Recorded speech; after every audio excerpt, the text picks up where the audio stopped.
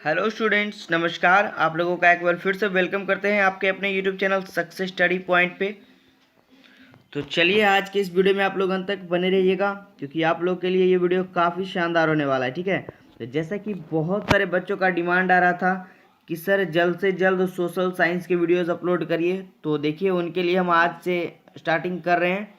जो कि हमारा आज स्टार्टिंग पोर्शन है, सोशल साइंस के हिस्ट्री से हम लोग शुरुआत करेंगे। ठीक है, सामाजिक विज्ञान के इतिहास से हम लोग इस टॉपिक को शुरुआत करेंगे। तो आज के इस टॉपिक में हम लोग लेसन 1 से चैप्टर वाइज ऑब्जेक्टिव को क्लियर करेंगे। ठीक है, तो आप लोग वीडियो में अंत तक बने रहिएगा। देखिए, आप लोग का पीछे वाले वीडियोस को अगर फॉलो नहीं कर रहे हो तो वहाँ पे साइंस का पोर्शन स्टार्ट हो गया और मैथ का भी पोर्शन स्टार्ट हो गया। ठीक है, तो आप चैनल से जुड़े रहिए और आप हमारे चैनल को सहयोग करिए। जैसे कि हमारा चैनल एक और है ड्रीम क्लासेस, वहाँ पे आप 11th-12th की तैयारी के लिए आप हमें फॉलो कर सकते हो।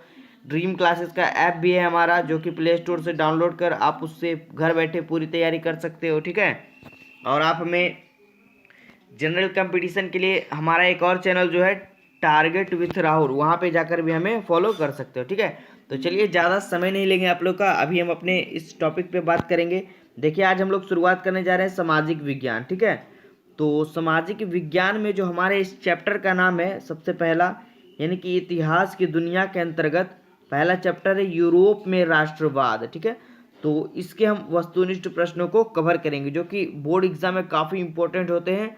और सारे क्वेश्चन जो कि लेसन 1 में, पार्ट 1 में इसके सारे जितने भी प्रश्न आएंगे सबको हम कवर करेंगे। तो चलिए बात करते हैं पहले प्रश्न पे आज के। देखिए, सबसे पहला प्रश्न हमारा है, बहुत ही अच्छा प्रश्न है कि चार्टिस्ट आंदोलन कहाँ हुआ। ठीक है, देखिए थोड़ा सा और व्यू कर लेते तो ज़्यादा आप लोग को वीडियो क्वालिटी अच्छा लगेगा। ठीक है, चलिए पहला क्वेश्चन हमारा था चार्टिस्ट आंदोलन कहाँ हुआ। इसके लिए आपको एग्जाम में ऑप्शन भी दिए जाएंगे, लेकिन हमने यहाँ पे ऑप्शन को नहीं रखा है ताकि बच्चों को कोई दिक्कत ना हो और वो अच्छे से क्वेश्चन को याद रख सके दिमाग में। ठीक है, क्योंकि ऑप्शन से देखिए थोड़ा सा कन्फ्यूजन भी होता है बच्चों के माइंड में।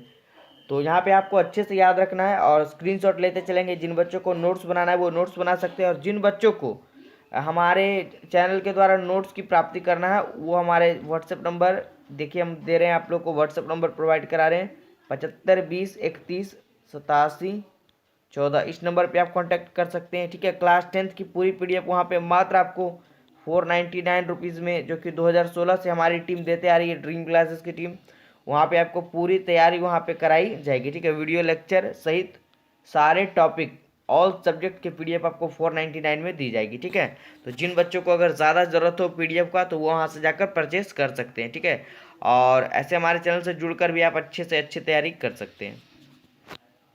चलिए देखिए, हम पहले क्वेश्चन पे बात कर रहे थे चार्टिस्ट आंदोलन कहाँ हुआ था। ठीक है, ये है हमारा आज का पहला प्रश्न। इसका आंसर क्या आ जाएगा, देखिए इंग्लैंड में। ठीक है, चार्टिस्ट आंदोलन कहाँ हुआ था, तो इंग्लैंड में। चलिए दूसरे प्रश्न पे बात करते हैं हम लोग। और ऐसा नहीं कि आप लोग को वीडियो को आगे बढ़ाते हुए चले जाना जल्दी जल्दी। ठीक है, आपको हम हर एक वीडियो में एक नए नए टॉपिक के बारे में बताएंगे, तो आप लोग अंत तक वीडियो में जरूर बन रहिएगा। ठीक है, क्योंकि इन सारे वीडियो जैसे क्वेश्चन है तो सबको याद करने का ट्रिक भी हम बताते जाएंगे बीच बीच में, कि आप कैसे इस प्रश्न को अच्छे से याद रख सकते हैं। ठीक है, देखिए अब हमें याद रखना अगला क्वेश्चन, फ्रैंकफर्ट की संधि कब हुई थी। ये हमारा इसका आंसर हो जाएगा 1871 ईस्वी में। ठीक है, फ्रैंकफर्ट की संधि कब हुई थी, 1871 ईस्वी में। ये हमारा आज का दूसरा क्वेश्चन था। चलिए तीसरे पे बात करते हैं, मेजनी का संबंध किस संगठन से था। ये हमारा आज का तीसरा प्रश्न। तो चलिए इसका आंसर क्या हो जाएगा, देखिए मेजनी का संबंध किस संगठन से था, तो कार्बोनरी से। तो ये हमारा क्वेश्चन नंबर 3 था। आगे बढ़ते हैं हम लोग क्वेश्चन नंबर 4 पे। ये देखिए, ये चौथा नंबर को भी आप लोग करिएगा। ठीक है, क्योंकि देखिए ये 2014 के एग्जाम में ये रिपीटेड प्रश्न है, बहुत बार एग्जाम में ये पूछ चुका है। कि प्रश्न हमारा देखिए, फ्रांस में किस शासन वंश की पुनर्स्थापना जो है वो वियना कांग्रेस द्वारा की गई थी। तो इसका आंसर क्या हो जाएगा, यहाँ पे देखिए बुर्बो वंश का। ठीक है, एक बार फिर से इस क्वेश्चन को पढ़ रहे हैं कि फ्रांस में किस शासन वंश की पुनर्स्थापना जो है, पुनर्स्थापना का अर्थ हुआ फिर से उसकी स्थापना, वियना कांग्रेस द्वारा की गई थी। तो किसका था, बुर्बो वंश का। ठीक है, ये था हमारा क्वेश्चन नंबर 4। आगे बढ़ रहे, देखिए पांचवा प्रश्न बहुत ही अच्छा प्रश्न है, इसे भी आप लोग वीवीआई करिएगा। ठीक है, जिन बच्चों को नोट्स बनाना होगा वो नोट्स बनाते जाएंगे, स्क्रीनशॉट लेना होगा स्क्रीनशॉट लेते जाएंगे, ठीक है। और सारे बच्चे हमें कमेंट बॉक्स में लिख कर बताएंगे कि उनको ये वीडियो कैसा लगा, और अपने ज़्यादा से ज़्यादा दोस्तों और भाई बहनों के पास शेयर करेंगे। जो भी बच्चे क्लास 10th में इस बार बोर्ड एग्ज़ाम देंगे अगले साल, ठीक है, वो हमारे चैनल से ज़रूर जुड़े। आपको बहुत ही ज़्यादा बेनिफिट होने वाला है। जैसा कि आपका मैथ का सेशन स्टार्ट हो गया होगा, तो वो अपने चैनल पर जाकर नहीं देखा है तो ज़रूर देख लीजिए। बहुत ही शानदार वीडियो से मैथ का कॉन्सेप्ट स्टार्ट किया गया है। चलिए बात कर रहे थे हम लोग 5वें प्रश्न पे, नेपल्स की क्रांति कब हुई थी। हमारा आंसर क्या है, 1821 ईस्वी, ठीक है। याद रखिएगा सारे बच्चे अच्छे से इस प्रश्न को। और देखिए ये बहुत ही इंपॉर्टेंट क्वेश्चन है, आ गया है क्वेश्चन नंबर 6। एड्रियानोपुल की संधि, ठीक है, एड्रियानोपुल की संधि कब हुई थी। बहुत ही वीवीआई है, 1829 ईस्वी। इसको आप लोग वीवीआई करिएगा, ठीक है। एड्रियानोपुल की संधि कब हुई थी, 1829 ईस्वी में। चलिए अब हम लोग इसके बारे में जान लेते हैं थोड़ा सा। 7वां नंबर प्रश्न देखिए हमारा कह रहा है कि एड्रियानोपुल की संधि जो है वो किन दो देशों के बीच हुई थी। तो अच्छे से याद रखिएगा, तुर्की और रूस के बीच में, ठीक है। तो अच्छे से इसे देखिए, थोड़ा सा यूनिक तरीके से याद रखना है कि तुर्की जो था, चलिए इसी तरह से याद रखिए, कोई दिक्कत नहीं होना चाहिए मुझे, ठीक है।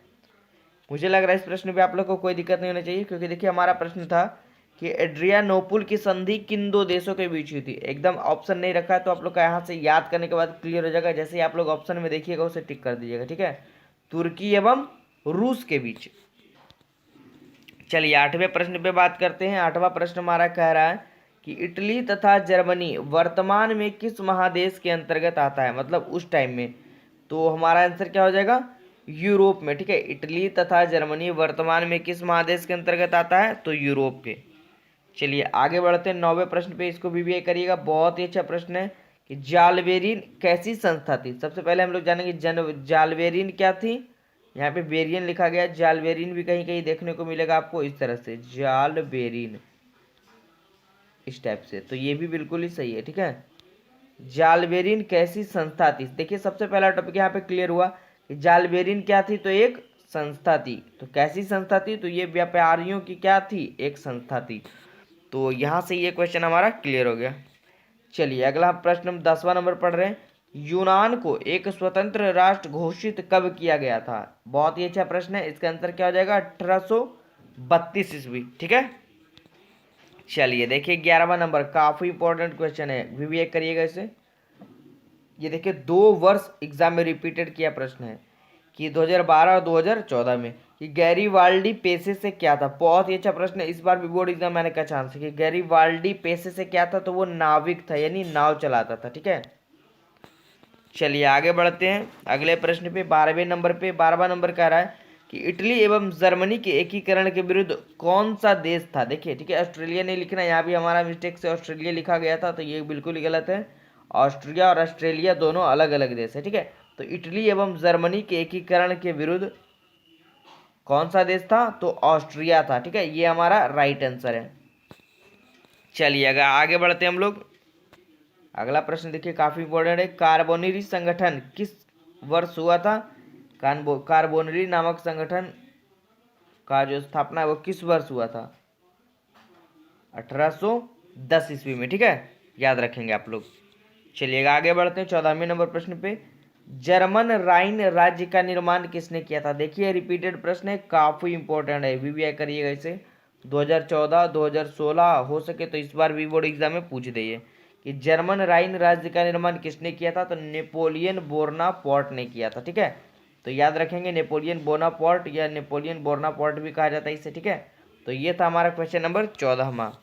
आगे बढ़ते 15वें प्रश्न पे। काउंट काबूर को विक्टर इमैनुअल ने किस पद पर नियुक्त किया था। देखिए इस टॉपिक से 2-3 प्रश्न बनता है। सबसे पहला कि काउंट काबूर को किसने प्रधानमंत्री के पद पर नियुक्त किया था, तो विक्टर इमैनुअल ने। देखिए सबसे पहले इस प्रश्न पे हम लोग बात करेंगे कि काउंट काबूर को विक्टर इमैनुअल ने किस पद पर नियुक्त किया था, तो प्रधानमंत्री पद पर। तो अब पूछेगा आपसे, इस तरह से भी पूछ सकता है कि काउंट काबूर को प्रधानमंत्री के पद पर किसने नियुक्त किया था, तो विक्टर इमैनुअल ने, ठीक है। चलिए तो इस प्रश्न को किसी भी तरह से अगर आपको घुमाकर पूछ दे एग्जाम में, आपको करेक्ट आंसर टिक कर देना, ठीक है। चलिए अगले बात करते हैं अगला 16वें प्रश्न पे। बहुत ही अच्छा प्रश्न, बहुत ही हाईलाइटेड प्रश्न है। अभी के बाद आप लोग जितने भी मतलब क्लास 12th 11th 12th के बाद जब आप लोग जनरल कंपटीशन का तैयारी करेंगे तो उसमें ये क्वेश्चन आपको काफ़ी बार देखने को मिलेगा। मतलब ये आजीवन आपको काम देगा, ठीक है, जब तक आप पढ़ाई में लगे रहोगे। मतलब प्रश्न आपका है, देखिए, रक्त एवं लौह की नीति का अवलंबन किसने किया था? ये हमारा क्या है, बिस्मार्क इसका आंसर हो जाएगा, ठीक है। तो आर्ट्स वाले बच्चों के लिए काफ़ी इंपॉर्टेंट ये हो सकता है, जो कि आगे आने वाले आगामी वर्ष में आर्ट्स से रिलेटेड जो है 11th 12th को क्लियर करना चाहेंगे, ठीक है। तो चलिए आगे बढ़ते हैं हम लोग क्वेश्चन नंबर 17 पे। यूरोप वासियों के लिए किस देश का साहित्य एवं ज्ञान विज्ञान प्रेरणा स्रोत रहा था? ठीक है, यूरोप वासियों के लिए किस देश का साहित्य एवं ज्ञान विज्ञान क्या रहा था? प्रेरणा स्रोत रहा था। इसका आंसर क्या हो जाएगा? यूनान, ठीक है। तो याद रखेंगे आप लोग, ये क्वेश्चन बहुत ही अच्छा क्वेश्चन है ये, यूनान। आगे बढ़ते हैं 18वें पर। 18वां प्रश्न हमारा कह रहा है, पोलैंड के विद्रोह को किसने कुचल दिया था? इसका आंसर क्या हो जाएगा? रूस ने, ठीक है। पोलैंड के विद्रोह को किसने कुचल दिया था? तो रूस ने। चलिए आगे बढ़ते हैं 19वें प्रश्न पे। 19वां प्रश्न भी काफी अच्छा है। देखिए, सेडोन का युद्ध किनके बीच हुआ था? चलिए, सेडोन का युद्ध फ्रांस और प्रसा के बीच हुआ था। बहुत ही अच्छा प्रश्न है, इसे भी आप लोग अच्छे से याद रखिएगा। आगे बढ़ते हैं 20वें प्रश्न पे। अब लगभग में आपका टॉपिक ये क्लियर ही हो जाएगा। अगला टॉपिक हमारा है, सन 1870 में फ्रांस और प्रसा के बीच युद्ध कहाँ हुआ था? तो सेडोन में, ठीक है। अब देखिए हमारा ये टॉपिक भी यहाँ से क्लियर हुआ कि सेडोन का युद्ध कब हुआ था? तो 1870 में। किसके बीच हुआ था? तो फ्रांस और प्रसा के बीच में। तो इन दोनों प्रश्नों से हमारा दो टॉपिक क्लियर हो जाता है। ये देखिए 2015 में ये रिपीटेड किया गया क्वेश्चन था, जो कि काफ़ी इंपॉर्टेंट है, ठीक है। आगे बढ़ते हैं क्वेश्चन नंबर 21 पे। देखिए हमारा ये जो है 24 में हमारा ये टॉपिक क्लियर हो जाएगा।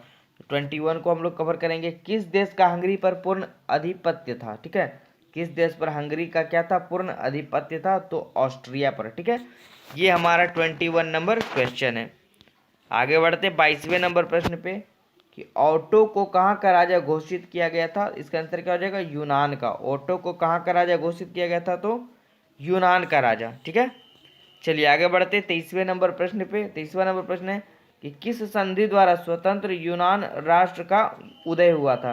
तो इसका आंसर क्या हो जाएगा? कुस्तुनतुनिया की संधि। बहुत ही अच्छा प्रश्न ये भी है, इसको भी वीआई करेंगे। चलिए अब आगे बढ़ते हैं आज के इस लास्ट टॉपिक पे। तो हमारा ये हिस्ट्री का लेसन 1 एकदम क्लियर हो जाएगा, ऑब्जेक्टिव का सेशन, ठीक है।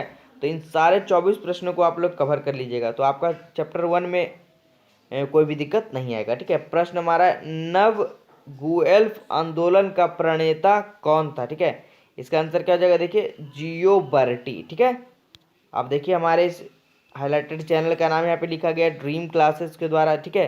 अगर आप हमारे नोट्स को परचेस करते हैं व्हाट्सएप के थ्रू, ठीक है, पीडीएफ के माध्यम से, तो ड्रीम क्लासेस की टीम आपको जरूर मदद करेगी, ठीक है। जो कि जिसका कि पिछला वर्ष चार्ज था 499, इस बार भी हम चार्ज इतना ही ले रहे हैं, क्योंकि ठीक है ज़्यादा बच्चे से चार्ज नहीं लेंगे। तो जिन बच्चों को अगर ज़रूरी है कि सर हमें पीडीएफ से पढ़ाई करना, उनके लिए कोई ज़रूरी नहीं कि आप पीडीएफ खरीद लो, ठीक है। तो चलिए आज के सेशन में इतना ही रहने देते हैं।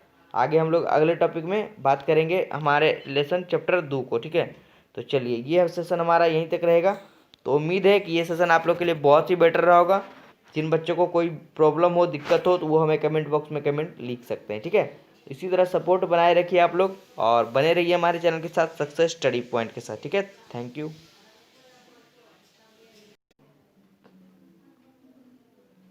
हेलो स्टूडेंट्स, नमस्कार। आप लोगों का वेलकम करते हैं आपके अपने YouTube channel success study point पे एक बार फिर से, ठीक है। तो चलिए आज के इस न्यू टॉपिक को स्टार्ट करते हैं, जो कि हमारा हिस्ट्री का सेशन चल रहा था। तो आज हम लोग इस टॉपिक में पढ़ने वाले हैं, देखिए, चलिए ब्रश हम लोगों ने ले लिया। चलिए आज के सेशन में हम लोग पढ़ने वाले, देखिए, हिस्ट्री के लेसन 2 को, ठीक है, जो कि हमारा चल रहा था सोशल साइंस का पोर्शन। तो हमने इतिहास की दुनिया के फर्स्ट चैप्टर से स्टार्ट किया था हिस्ट्री के। तो आज हम लोग लेसन 2 के वस्तुनिष्ठ प्रश्नों को कवर करेंगे, ठीक है। और भी यहाँ पे बुक सॉल्यूशन भी लेकर के आएंगे बहुत ही जल्द, जैसा कि आप लोग का चल रहा है, अभी साइंस का चल रहा है बुक सॉल्यूशन, वहाँ पे फिर उसका वस्तुनिष्ठ प्रश्न स्टार्ट करेंगे। मतलब सारा टॉपिक इस बार आप लोग का एकदम क्लियर करा दिया जाएगा, ठीक है। तो आप लोग बस चैनल को सपोर्ट करिए। जिन बच्चों ने सब्सक्राइब बटन नहीं दबाया वो जरूर दबा दें। चलिए बात करते हैं आज के इस टॉपिक पे, जो कि बेहद ही शानदार होने वाला है, तो अंत तक बने रहिएगा। क्वेश्चन नंबर फर्स्ट हमारा आज का है कि नई आर्थिक नीति कब लागू हुई थी? ठीक है, देखिए हमने ऑप्शन नहीं रखा है, ठीक है। बहुत सारे बच्चे सोच रहे होंगे कि सर एग्जाम में तो ऑप्शन भी दिया जाता है, तो ऑप्शन हम लोगों ने इसीलिए नहीं रखा ताकि आपको दिक्कत ना हो याद करने में प्रश्नों को। प्रश्न हमारा है, नई आर्थिक नीति कब लागू हुई थी? आंसर हमारा हो जाएगा 1921 ईस्वी में, ठीक है। चलिए आगे बढ़ते हैं अगले प्रश्न पे। प्रश्न हमारा दूसरा है, राष्ट्रपुतीन कौन था? ठीक है, राष्ट्रपुतीन कौन था, ये हमारा क्वेश्चन नंबर 2। इसका आंसर क्या हो जाएगा? भ्रष्ट पादरी। भ्रष्ट का मतलब होता है एकदम गद्दार टाइप का, ठीक है। चलिए आगे बढ़ते हैं क्वेश्चन नंबर 3 पे। बहुत ही अच्छा प्रश्न है ये, कि रूस का पहला समाजवादी कौन था? देखिए बहुत ही अच्छा प्रश्न है ये। आंसर क्या हो जाएगा? प्लेखानोव, ठीक है। रूस का पहला समाजवादी कौन था? तो प्लेखानोव था। आगे बढ़ते क्वेश्चन नंबर 4 पे। चौथा नंबर प्रश्न हमारा कह रहा है कि बेस्टिलोवस्क की संधि किन देशों के बीच हुई थी? देखिए बहुत ही अच्छा प्रश्न है ये, 2018 में ये पूछा गया है कि बेस्टलिटोवस्क की संधि किन दो देशों के बीच हुई थी? तो रूस और जर्मनी के बीच। पीछे भी हम लोग का संधि वाला बहुत ही अच्छा प्रश्न हम लोगों ने लेसन 1 में पढ़ा था, एड्रियानोपल की संधि, ठीक है, इस टाइप से। तो वो वाला क्वेश्चन तो आप लोग याद ही कर लिए होंगे, चैप्टर 1 का सारा क्लियर हो गया होगा। तो जिन बच्चों ने नहीं देखा वो पीछे जाकर देख लेंगे। और प्लेलिस्ट हमने बना दिया है साइंस का, मैथ का, सोशल साइंस का, वो आप चैनल पर जाकर देख सकते हो। चैनल के प्लेलिस्ट में जाइए और सारा वीडियो आपको टॉपिक वाइज मिल जाएगा, जो कि सारे प्रश्न आपका जो है इस वर्ष के लिए दिया गया है। तो वहाँ पे प्लेलिस्ट में दिया गया होगा कि बोर्ड एग्जाम 2021, जितने भी प्रश्न 2021 वाले दिखेंगे उसे जरूर देखें आप लोग, ठीक है। चलिए आगे बढ़ते हम लोग अगले प्रश्न पे। देखिए अगला प्रश्न हमारा, लेनिन की मृत्यु कब हुई थी? ठीक है, लेनिन की मृत्यु कब हुई थी, ये हमारा आज का अगला प्रश्न है। तो बहुत ही अच्छा प्रश्न है, इसका आंसर हो जाएगा 1924 ईस्वी, ठीक है। लेनिन की मृत्यु 1924 ईस्वी में हुई थी। चलिए आगे आप बात करते हैं अगले प्रश्न पे। जार निकोलस द्वितीय की पत्नी जरीना किस देश की राजकुमारी थी? जार निकोलस द्वितीय की पत्नी जरीना किस देश की राजकुमारी थी? तो जर्मनी की, ठीक है। तो याद रखेंगे सारे बच्चे, इसका आंसर क्या हो जाएगा? जर्मनी हो जाएगा। चलिए आगे बढ़ते हैं अगला प्रश्न हमारा 7वां नंबर है, कार्ल मार्क्स ने किसके साथ मिलकर कम्युनिस्ट घोषणा पत्र प्रकाशित किया? इसका आंसर क्या हो जाएगा? एंजिल्स, ठीक है। कार्ल मार्क्स ने किसके साथ मिलकर कम्युनिस्ट घोषणा पत्र प्रकाशित किया था? तो एंजिल्स के साथ। चलिए आगे बढ़ते हैं अगले प्रश्न पे। हम लोग बात करते हैं क्वेश्चन नंबर 8 पे, कि समाजवादियों की बाइबिल किसे कहा जाता है? तो समाजवादियों की बाइबिल दास कैपिटल नामक पुस्तक को कहा जाता था, ठीक है, जिसका प्रकाशन शायद 1867 में कार्ल मार्क्स ने किया था। तो ये बहुत ही अच्छे प्रश्नों में से एक है, इसे आप लोग VVI लगाइएगा, ठीक है। काफ़ी इंपॉर्टेंट प्रश्न है कि समाजवादियों का बाइबिल किस पुस्तक को कहा जाता था? तो दास कैपिटल की, ठीक है। अगले प्रश्न में ये प्रश्न भी आ सकता है कि इसकी स्थापना कब और किसने किया था। चलिए आगे बढ़ते हैं।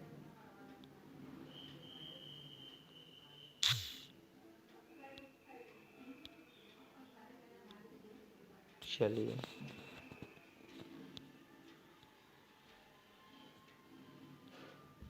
आगे हमारा क्या है, ये देखिए 9वां प्रश्न। 9वां प्रश्न, अंतर्राष्ट्रीय महिला दिवस कब मनाया जाता है? ये देखिए बहुत ही ज़्यादा इंपॉर्टेंट है, ये आपको आगे आगामी एग्जाम में भी देखने को मिल सकता है, या आगे आपके जनरल कंपटीशन के एग्जाम में काफ़ी ज़्यादा हाईलाइटेड प्रश्न है कि अंतर्राष्ट्रीय महिला दिवस जो है किस तिथि को मनाया जाता है। और आप लोग को याद रखने वाला ये प्रश्न है, ठीक है। बहुत ही अच्छा प्रश्न है, 8 मार्च। इसका आंसर क्या हो जाएगा? 8 मार्च। चलिए आगे बढ़ते हैं, मजदूर दिवस कब मनाया जाता है? ये भी बहुत ही अच्छा प्रश्न है, 1 मई को, ठीक है। तो ये भी बहुत ही अच्छे प्रश्नों में से एक है, ये दोनों प्रश्न को आप भी वेट करिएगा, दोनों में से कोई एक एग्जाम में ज़रूर बनेगा। चलिए आगे बढ़ते हैं 11वें प्रश्न पे। ये देखिए आ गया वो वाला प्रश्न 12वां नंबर, तो इस पर डिस्कस बाद में करेंगे। सबसे पहले हम 11वें नंबर प्रश्न पे बात करेंगे कि रूस के सम्राट को क्या कहा जाता है या क्या कहा जाता था? तो वहाँ के सम्राट को जार के नाम से जानते थे, ठीक है। तो सब यहाँ पे एक प्रश्न कहने का अर्थ हुआ कि रूस के जार को भी हम लोग बोल सकते हैं। रूस के जार को क्या कहा जाता था? वहाँ का राजा, वहाँ के राजा को जो है हम लोग, वहाँ के लोग जार के नाम से पुकारते थे, ठीक है, जो कि हम लोग अभी हिस्ट्री में पढ़ते आ रहे हैं। आगे हम लोग का देखिए 12वां प्रश्न आ गया, जो कि पीछे आया था अभी, कि समाजवादियों की बाइबिल किस पुस्तक को कहा जाता था? तो दास कैपिटल। और इसकी रचना किसने किया? कार्ल मार्क्स ने। पीछे भी हम लोगों ने जिक्र किया, कितने ईस्वी में? 1867 में, ठीक है। तो ये हमारा इस टॉपिक का 3 प्रश्न यहाँ से कवर हुआ कि दास कैपिटल की रचना किसने किया, कार्ल मार्क्स ने। दास कैपिटल को किस नाम से जाना जाता था, तो समाजवादियों का बाइबिल, और इसकी स्थापना कब की गई थी, तो 1867 में। ठीक है, तो सारा कॉन्सेप्ट एकदम यहाँ से आप लोग का क्लियर होते जाएगा। चलिए आगे बढ़ते 13वें प्रश्न पे। 13वां प्रश्न हमारा कह रहा है कि साम्यवादी शासन का पहला प्रयोग कहाँ हुआ था। ये भी देखिए बहुत ही अच्छे प्रश्नों में से एक है, कई बार एग्जाम में ये पूछा है कि साम्यवादी शासन का पहला प्रयोग चलिए कहाँ किया गया था, तो रूस में। ठीक है, तो ये क्वेश्चन आप लोग याद रखिएगा, बहुत ही अच्छा प्रश्न है। आगे बढ़ते हम लोग 14वें प्रश्न पे। कार्ल मार्क्स का जन्म कहाँ हुआ था, ये हमारा 14वां नंबर प्रश्न है। बहुत ही अच्छा प्रश्न ये भी है, बहुत सारे बच्चे को मालूम भी होगा। कार्ल मार्क्स का जन्म कहाँ हुआ था, जर्मनी में। ठीक है, तो आप लोग इसे भी जरूर नोटबुक में बनाइएगा। आगे बढ़ते 15वें प्रश्न पे बात करते हैं। रूस में जार का अर्थ क्या होता है। अभी हम लोगों ने ऊपर पढ़ा जार का अर्थ क्या होता है, रूस का सम्राट यानी वहां का राजा यानी कि वहां का शासक। ठीक है, तो 2013 में ये देखिए रिपीटेड प्रश्न है, तो इसको भी आप लोग विवेक करिएगा। जितने भी प्रीवियस ईयर्स क्वेश्चन है उसको आप लोग इग्नोर नहीं करेंगे, सारे बच्चे उसे अच्छे से अच्छे तरीके से याद करके जाएंगे। ठीक है, चलिए आगे आप लोग का ग्रैंड क्यूज वगैरह भी जल्द से जल्द शुरू कराया जाएगा, लाइव क्लासेस शुरू कराया जाएगा। तो वहाँ पे क्यूज में आप लोग को बैठने का मौका दिया जाएगा सारे बच्चों को, तो वहाँ पे ज़्यादा इंटरेस्टिंग वीडियोस देखने को मिलेंगे। ठीक है, और कंपटीशन का माहौल होगा तो ज़्यादा से ज़्यादा बच्चे वहाँ पे उसमें भाग लेंगे और पढ़ाई में ज़्यादा रुचि दिखाएंगे। चलिए आगे बढ़ते हैं। प्रश्न हमारा अगला है, ये देखिए कि रूस में कृषक दास प्रथा का अंत कब हुआ था। देखिए 2017 के सी में पूछा गया प्रश्न है। ठीक है, भाग सी में 1861 में रूस में कृषक दास प्रथा का अंत कब हुआ था, 1861 ईस्वी में हुआ था। चलिए आगे बढ़ते हैं 17वें प्रश्न पे। लाल सेना का गठन किसने किया था, तो बहुत ही अच्छा प्रश्न है ये, ट्रॉट्स्की ने किया था। ठीक है, याद रखेंगे सारे बच्चे, बहुत ही अच्छे प्रश्नों में से एक है। लाल सेना का गठन किसने किया था, तो ट्रॉट्स्की ने किया था। अगला प्रश्न हमारा 18वां है कि बोल्शेविक क्रांति कब हुई थी, बोल्शेविक क्रांति कब हुई थी। ठीक है, ये है हमारा आज का 18वां प्रश्न, तो बहुत ही अच्छा प्रश्न है। इसका आंसर हो जाएगा नवंबर 1917 ईस्वी में। बोल्शेविक क्रांति कब हुई थी, नवंबर 1917 ईस्वी में। ठीक है, चलिए आगे बढ़ते 19वें नंबर प्रश्न पे। 19वां हमारा प्रश्न कह रहा है कि वार एंड पीस किसकी रचना है, तो ये किसकी रचना थी, लियो टॉलस्टॉय की। इसका पूरा नाम क्या था, लियो टॉलस्टॉय। तो ये भी याद रखिएगा, कहीं कहीं एग्जाम में ये भी देखने को मिलता है पूरा नाम। तो इनका पूरा नाम था Leo Tolstoy, war and peace की रचना किए थे। आगे देखिए 20वां नंबर क्वेश्चन आपका वीवीआई करा हुआ दिख रहा होगा, वीवीआई किया हुआ है ये। बहुत ही अच्छा प्रश्न है कि मार्क्स ने किस वर्ष दास कैपिटल की रचना की। पीछे हम लोगों ने 3 बार इस क्वेश्चन को बताया, 1867 में, तो यहाँ पे भी देखने को मिल गया। ठीक है, तो आप लोग का ये कॉन्सेप्ट एकदम क्लियर था। कब किया था, 1867 में। इसे क्या कहा जाता था, तो समाजवादियों का बाइबिल, ये भी हम लोगों ने पढ़ा था। चलिए, और आज के इस टॉपिक के लास्ट प्रश्न पे बात करते हैं। पीछे वाले वीडियो में भी हम लोग 20 से 21 प्रश्नों को कवर किए थे शायद, या 24, तो वहाँ पे हमारा चैप्टर 1 क्लियर हुआ था। यहाँ पे 21 प्रश्नों के साथ हमारा ये चैप्टर क्लियर हो जाएगा आज। लास्ट प्रश्न हमारा है कि चार्टिस्ट आंदोलन कहाँ हुआ था। इसका आंसर क्या हो जाएगा, ब्रिटेन में। ब्रिटेन यानी इंग्लैंड, लंदन में। ठीक है, तो चलिए दोस्तों, उम्मीद है मुझे कि ये सेशन आप लोग के लिए बहुत ही बेटर रहा होगा। बस इसी तरह आप लोग अपना सपोर्ट बनाए रखें हमारे चैनल के साथ। ठीक है, और ड्रीम क्लासेस पर भी आप हमें फॉलो कर सकते हो, बहुत ही आप लोग का चाहिए चैनल है ड्रीम क्लासेस, तो वहाँ पे जाकर आप हमें फॉलो कर सकते हो। हमारी लर्निंग ऐप भी है, उस पर भी आप जाकर पढ़ाई कर सकते हो। 10th 11th 12th सारे वीडियोस वहाँ पे डाल दिए गए। ठीक है, कॉन्सेप्टली बाय। तो ड्रीम क्लासेस के ऐप को आप डाउनलोड करें प्ले स्टोर से, और वहाँ से भी आप घर बैठे लर्निंग कर सकते हो। ठीक है, बस इसी तरह कमेंट बॉक्स में कमेंट लिखे ज़रूर सारे बच्चे कि कैसा लगा ये वीडियो, और ज़्यादा से ज़्यादा शेयर करें। ठीक है, तो thank you for watching this video. Hello students, welcome to my channel success study point. तो चलिए आज के इस टॉपिक को आगे बढ़ाते हैं। आज हम लोग, जैसा कि हम लोग का हिस्ट्री का जो सेशन चल रहा था वस्तुनिष्ठ प्रश्नों का, उसके इस तीसरे वीडियो को आप लोग जरूर देखिएगा अंत तक। ठीक है, तो आज के इस टॉपिक में हम लोग लेसन 3 के सारे वस्तुनिष्ठ प्रश्नों को कवर करेंगे। तो इसके पीछे वाले पार्ट में हमारा 2 वीडियो अपलोड कर दिया गया है। इसका अगर आपने नहीं देखा है तो वो चैनल में जाकर प्लेलिस्ट में जाकर देख सकते हैं। ठीक है, जिन बच्चों को वीडियो ढूंढने में कठिनाई होती है उनका जो है परेशानी दूर कर दिया गया है, प्लेलिस्ट बना दिया गया है। आप चैनल पे जाइए और प्लेलिस्ट में जाकर उस सारे वीडियोस को आप देख सकते हो। ठीक है, तो चलिए स्टार्ट करते हैं आज के इस टॉपिक को। तो सारे बच्चे अंत तक बने रहेंगे। ठीक है, आप लोग को इसका ये थ्योरी वाला प्रश्न भी आगे आपको देखने को मिलेगा। चलिए इस टॉपिक में देखिए, हमारे टॉपिक का नाम है हिंद चीन में राष्ट्रवादी आंदोलन, ठीक है, लेसन 3 का टॉपिक है। तो सबसे पहले प्रश्न पे हम लोग बात करते हैं।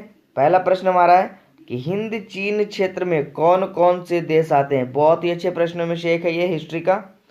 तो चलिए इसके आंसर को हम लोग जानते हैं। इसमें इसका आंसर हो जाएगा कंबोडिया, वियतनाम और लाओस, ठीक है। प्रश्न एक बार फिर से पढ़ रहे हैं, हिंद चीन क्षेत्र में कौन से देश आते हैं, कंबोडिया, वियतनाम और लाओस, ठीक है।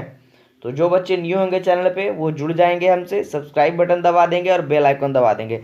बेल आइकन दबाने से ये होगा कि आपको नोटिफिकेशन जो है हमारे वीडियो का वो मिल पाएगा सही समय पे, ठीक है। चलिए आगे बढ़ते दूसरे प्रश्न पे। देखिए बहुत ही बीबीआई है ये, वेरी वेरी इंपॉर्टेंट, क्योंकि ये बहुत बार एग्जाम में पूछा जा चुका है। हुआ आंदोलन किस प्रकृति के था। देखिए बहुत ही अच्छे प्रश्नों में से एक है। प्रश्न हमारा है हुआ आंदोलन किस प्रकृति का था। इसका आंसर होगा देखिए क्रांतिकारी धार्मिक, ठीक है। तो जिन बच्चों को नहीं पता था वो अच्छे से नोट्स बनाते जाएंगे।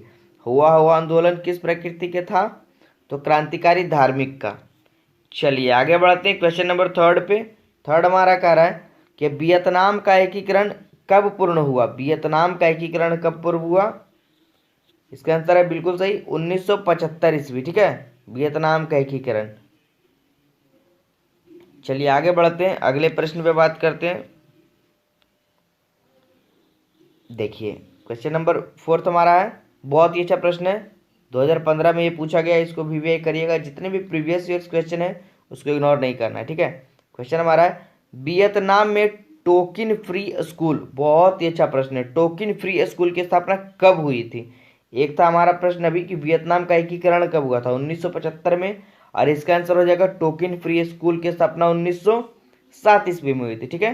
तो ये आप लोग अच्छे से नोट करते जाइएगा। आगे बढ़ते हैं क्वेश्चन नंबर 5 पे।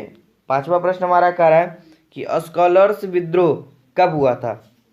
ये हमारे आज के इस टॉपिक का 5वां प्रश्न कि स्कॉलर्स विद्रोह कब हुआ था। जी हाँ बिल्कुल सही, 1868 ईस्वी, ठीक है। इसका राइट आंसर होगा 1868 ईस्वी। आगे बढ़ते छठे प्रश्न पे। देखिए छठा प्रश्न भी बहुत ही अच्छा है कि जापान ने हिंद चीन पर कब अधिकार जमा लिया था, ठीक है। जापान जो है वो हिंद चीन पर कब अधिकार जमा लिया। बिल्कुल सही 1940 ईस्वी। जिन बच्चों को लग रहा था 1940 उनका बिल्कुल ही सही है, ठीक है। जापान ने हिंद चीन पर कब अधिकार जमा लिया, 1940 ईस्वी में। आगे बढ़ते 7वें प्रश्न पे। 7वां प्रश्न हमारा है क्रांतिकारी संगठन दुई तान हुई के नेता कौन थे। चलिए इसके आंसर को जान लेते हैं। कुआंग दे, बहुत ही थोड़ा सा यूनिक नाम है तो आप लोग अच्छे से याद रखिएगा। क्रांतिकारी संगठन, एक बार फिर से पढ़ रहे हैं, देखिए क्रांतिकारी संगठन दुई तान हुई के नेता कौन माने जाते थे, तो कुआंग दे, ठीक है। और हम उम्मीद करते हैं कि आप लोग का सारा सेशन बहुत ही जल्द ऑब्जेक्टिव का समाप्त कर देंगे। 2 से 3 दिन में आपका हिस्ट्री का जो ऑब्जेक्टिव वाला सेशन है वो समाप्त हो जाएगा। और जिन बच्चों को नोट्स चाहिए वो नोट्स के लिए आप हमें व्हाट्सएप नंबर दे दिया गया है पीछे वाले वीडियोज़ में, उस पर जाकर कांटेक्ट कर सकते हैं। अगर उनको वह बेहद ही ज़रूरी है नोट्स तो मात्र 499 में आपको क्लास 10th की सारी नोट्स हर बार की तरह इस बार भी ड्रीम क्लासेस के थ्रू दी जाएगी, ठीक है। तो जिन बच्चों को वहाँ पे नोट्स की ज़रूरत है वो हमें कॉन्टैक्ट कर सकते हैं, ठीक है। चलिए आगे बढ़ते हैं 8वें प्रश्न पे। 8वां प्रश्न हमारा है दिएन वियन फू। देखिए बहुत ही यूनिक प्रश्न है। दिएन वियन फू के युद्ध में कौन बुरी तरह हार गया था, ठीक है। दिएन वियन फू, ठीक है, इसका आंसर क्या हो जाएगा, फ्रांस। दिएन वियन फू के युद्ध में कौन बुरी तरह हार गया, फ्रांस हार गया था। चलिए आगे बढ़ते हैं 9वें प्रश्न पे। 9वां प्रश्न भी देखिए बहुत ही अच्छा है कि अनामी दल के संस्थापक कौन थे, ठीक है। अनामी दल के संस्थापक जो है वो कौन थे, इसका आंसर क्या हो जाएगा, जोंगुएन आई थे। अनामी दल के संस्थापक कौन थे, जोंगुएन आई थे। ये क्वेश्चन नंबर 9 का बिल्कुल सही आंसर। आगे बढ़ते हैं 10वें प्रश्न पे। 10वां प्रश्न हमारा है, देखिए इसको भी ये करिएगा, बहुत अच्छा प्रश्न है ये कि जिनेवा समझौता कब हुआ था, ठीक है। जिनेवा समझौता कब संपन्न हुआ था, इसका आंसर हो जाएगा 1954 ईस्वी, ठीक है। 10वें प्रश्न का आंसर जो होगा 1954 ईस्वी। एक आपका आएगा शायद हनोई समझौता जो कि 1946 में हुआ था। तो ये दोनों प्रश्न काफ़ी इंपॉर्टेंट होते हैं एग्जाम के नज़रिए से, तो इसे भी आप लोग याद रखिएगा। आगे आपको देखने को मिल सकता है। हनोई समझौता 1946 और जेनेवा समझौता 1954 ईस्वी। ठीक है, आगे बढ़ते हैं 11वें प्रश्न पे। 11वां प्रश्न हमारा कह रहा है नरोत्तम सिंहानुक कहाँ के शासक थे। ये हमारा आज का 11वां प्रश्न कि नरोत्तम सिंहानुक जो थे वो कहाँ के शासक थे। जी हाँ, बिल्कुल सही। जिन बच्चों को कंबोडिया लग रहा था उनका बिल्कुल ही सही है, इसका आंसर हो जाएगा कंबोडिया। ठीक है, आगे बढ़ते 12वें प्रश्न पे। 12वां प्रश्न हमारा कह रहा है हिंद चीन में बसने वाले फ्रांसीसी क्या कहे जाते थे। ठीक है, बहुत ही अच्छा प्रश्न ये भी है कि हिंद चीन में बसने वाले फ्रांसीसी क्या कहे जाते थे। इसका आंसर हो जाएगा कोलोन, या कोलन भी कहीं कहीं रहेगा, कोलोन। ठीक है, चलिए आगे बढ़ते हैं 13वें प्रश्न पे। देखिए बहुत ही अच्छा प्रश्न 13वां है, जो कि 2 बार एग्जाम में रिपीटेड किया गया, 2016 2018 में। ठीक है, प्रश्न हमारा है हिंद चीन पहुंचने वाला प्रथम व्यापारी कौन था। हिंद चीन पहुंचने वाला प्रथम व्यापारी कौन था। इसका आंसर क्या होगा, पुर्तगाली। ठीक है, हिंद चीन पहुंचने वाला प्रथम व्यापारी कौन था, तो पुर्तगाली थे। आगे बढ़ते हैं 14वें प्रश्न पे। ये देखिए ये क्वेश्चन जो है बहुत बार आगे देखने को मिलेगा आगे जनरल कंपटीशन के एग्जाम में कि अंकोर वाट का मंदिर कहाँ स्थित है। इसका आंसर क्या होगा, कंबोडिया में। अंकोर वाट का मंदिर जो है वो कंबोडिया में स्थित है। आगे बढ़ते 15वें प्रश्न पे। 15वां प्रश्न देखिए, अच्छा प्रश्न है ये कि हिंद चीन में अंतिम युद्ध समाप्ति के समय अमेरिकी राष्ट्रपति कौन थे। ठीक है, इसका आंसर क्या होगा, निक्सन। तो सारे बच्चे हमें अंत तक जरूर बने रहेंगे वीडियो में हमारे चैनल पे। और मैथ की वीडियो भी चैप्टर वाइज जो शुरू हुई थी आपका बेसिक, वो आपने नहीं देखा है तो जाकर प्लेलिस्ट में देख लीजिए। और आपका मैथ का जो है सेशन वो बुक सॉल्यूशन आज से स्टार्ट हो जाएगा फिर से। ठीक है, जो चैप्टर 1 से चलेगा एकदम बेसिक से सारा कॉन्सेप्ट क्लियर कराकर। और जिन बच्चों का अगर कुछ छूट जाएगा वो घर बैठे आसानी से एकदम हमारे प्लेलिस्ट में जाकर, सक्सेस स्टडी पॉइंट के प्लेलिस्ट में जाकर वीडियोज़ को देख सकते हैं। कोई भी चार्ज नहीं है वहाँ पे, फ्री ऑफ कॉस्ट सब कुछ है। ठीक है, तो सभी बच्चे घर बैठे तैयारी कर सकते हैं क्लास 10th की पूरी। अगला प्रश्न हमारा 16वां प्रश्न कि किस प्रसिद्ध दार्शनिक ने एक अदालत लगाकर अमेरिका को वियतनाम युद्ध के लिए दोषी करार दिया। ठीक है, किस प्रसिद्ध दार्शनिक ने। इसका आंसर क्या होना चाहिए, जी हाँ, रसेल ने। रसेल ने क्या किया था कि एक अदालत लगाकर अमेरिका को जो है वियतनाम युद्ध के लिए दोषी करार दे दिया। ठीक है, ये था इसका राइट आंसर। आगे बढ़ते हैं 17वें प्रश्न पे। देखिए बहुत ही अच्छा प्रश्न है, 2011 में रिपीटेड किया गया है कि the history of the loss of Vietnam किसने लिखा था। किसने, ये देखिए बिल्कुल ही सही क्वेश्चनों में से एक है, बहुत ही अच्छा प्रश्न है। फान बोई चाउ ने the history of the loss of Vietnam किसने लिखा था, फान बोई चाउ ने। चलिए आगे बढ़ते हैं 18वें प्रश्न पे। 18वां प्रश्न हमारा कह रहा है मार्च 1946 ईस्वी में फ्रांस व वियतनाम के बीच होने वाला समझौता। देखिए अभी हम लोगों ने इस प्रश्न पे बात किया था ऊपर कि हनोई समझौता कब हुआ था, 1946 में।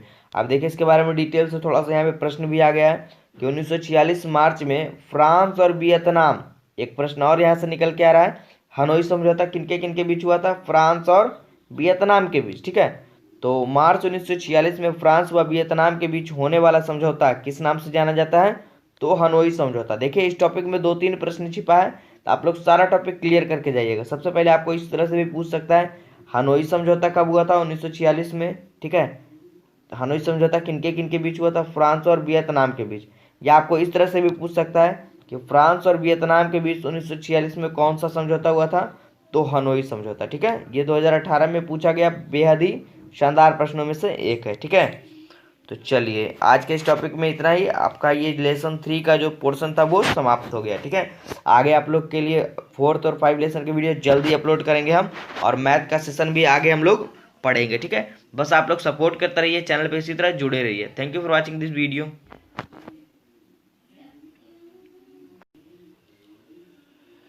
हेलो स्टूडेंट्स, नमस्कार। आप लोगों का एक बार फिर से वेलकम करते हैं आपके अपने YouTube channel success study point पे।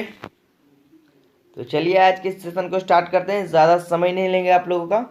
तो सारे बच्चे हमसे जुड़ जाएंगे। आपके चैप्टर का नाम देखिए, हमारा जो चल रहा था हिस्ट्री का सेशन थंबनेल में आपको दिख गया होगा। ठीक है, जो हमारा चल रहा था लेसन 4, आज इसको कवर करेंगे। वस्तुनिष्ठ प्रश्नों का 3 लेसन हम लोगों ने पीछे पढ़ लिया था। चौथा लेसन हमारा पढ़ना है भारत में राष्ट्रवाद। ठीक है, तो मुझे उम्मीद है कि आप लोग ये सारा वीडियोस अगर A to Z देख लेते जाकर प्लेलिस्ट में, तो आपका एक भी प्रश्न जो है वो एग्जाम में नहीं छूटेगा, ठीक है। और बाकी आप लोग के लिए गैसिंग क्वेश्चन भी हम आगे लेते आएंगे। चलिए पहले प्रश्न पे बात करते हैं, भारतीय राष्ट्रीय कांग्रेस की स्थापना कब हुई थी। ये आपका आज का पहला प्रश्न, बहुत ही शानदार प्रश्न से ये सेशन स्टार्ट होने जा रहा है कि भारतीय राष्ट्रीय कांग्रेस की स्थापना कब की गई थी। इसका आंसर है 1885 ईस्वी में, ठीक है। तो चलिए आगे बढ़ते हैं, दूसरे प्रश्न पे बात करते हैं। देखिए दूसरा प्रश्न भी बहुत ही अच्छा है, फॉरवर्ड ब्लॉक की स्थापना किसने की थी, ठीक है। फॉरवर्ड ब्लॉक की स्थापना किसने की थी, इसका आंसर है सुभाष चंद्र बोस ने। ये हमारा क्वेश्चन नंबर 2 था आज का। आगे बढ़ते हैं क्वेश्चन नंबर 3 पे। तीसरा प्रश्न हमारा कह रहा है, चंपारण विद्रोह कब हुआ था, ठीक है। चंपारण विद्रोह कब संपन्न हुआ था, इसका आंसर क्या होना चाहिए, जी हाँ बिल्कुल सही, 1917 ईस्वी। चंपारण विद्रोह कब हुआ था, 1917 ईस्वी में हुआ था। चलिए चौथे प्रश्न पे बात करते हैं। सबसे पहला हमारा प्रश्न था, भारतीय राष्ट्रीय कांग्रेस की स्थापना कब हुई थी, 1885 ईस्वी में। अब देखिए यहाँ पे पूछ रहा है भारतीय राष्ट्रीय कांग्रेस की स्थापना किसने किया था, तो A.O. ह्यूम ने किया था, ठीक है। तो सारे बच्चे इसको नोट्स करते जाएंगे, अच्छे से नोट बनाते जाएंगे कि भारतीय राष्ट्रीय कांग्रेस की स्थापना किसने किया था, 1885 में A.O. ह्यूम ने किया था। चलिए आगे बढ़ते हैं पांचवें प्रश्न पे। अब देखिए एक और प्रश्न आपको बहुत ही अच्छा देखने को मिल सकता है, ये वाला भी करिएगा इसे, कि भारतीय राष्ट्रीय कांग्रेस के पहले अध्यक्ष कौन थे, तो W.C.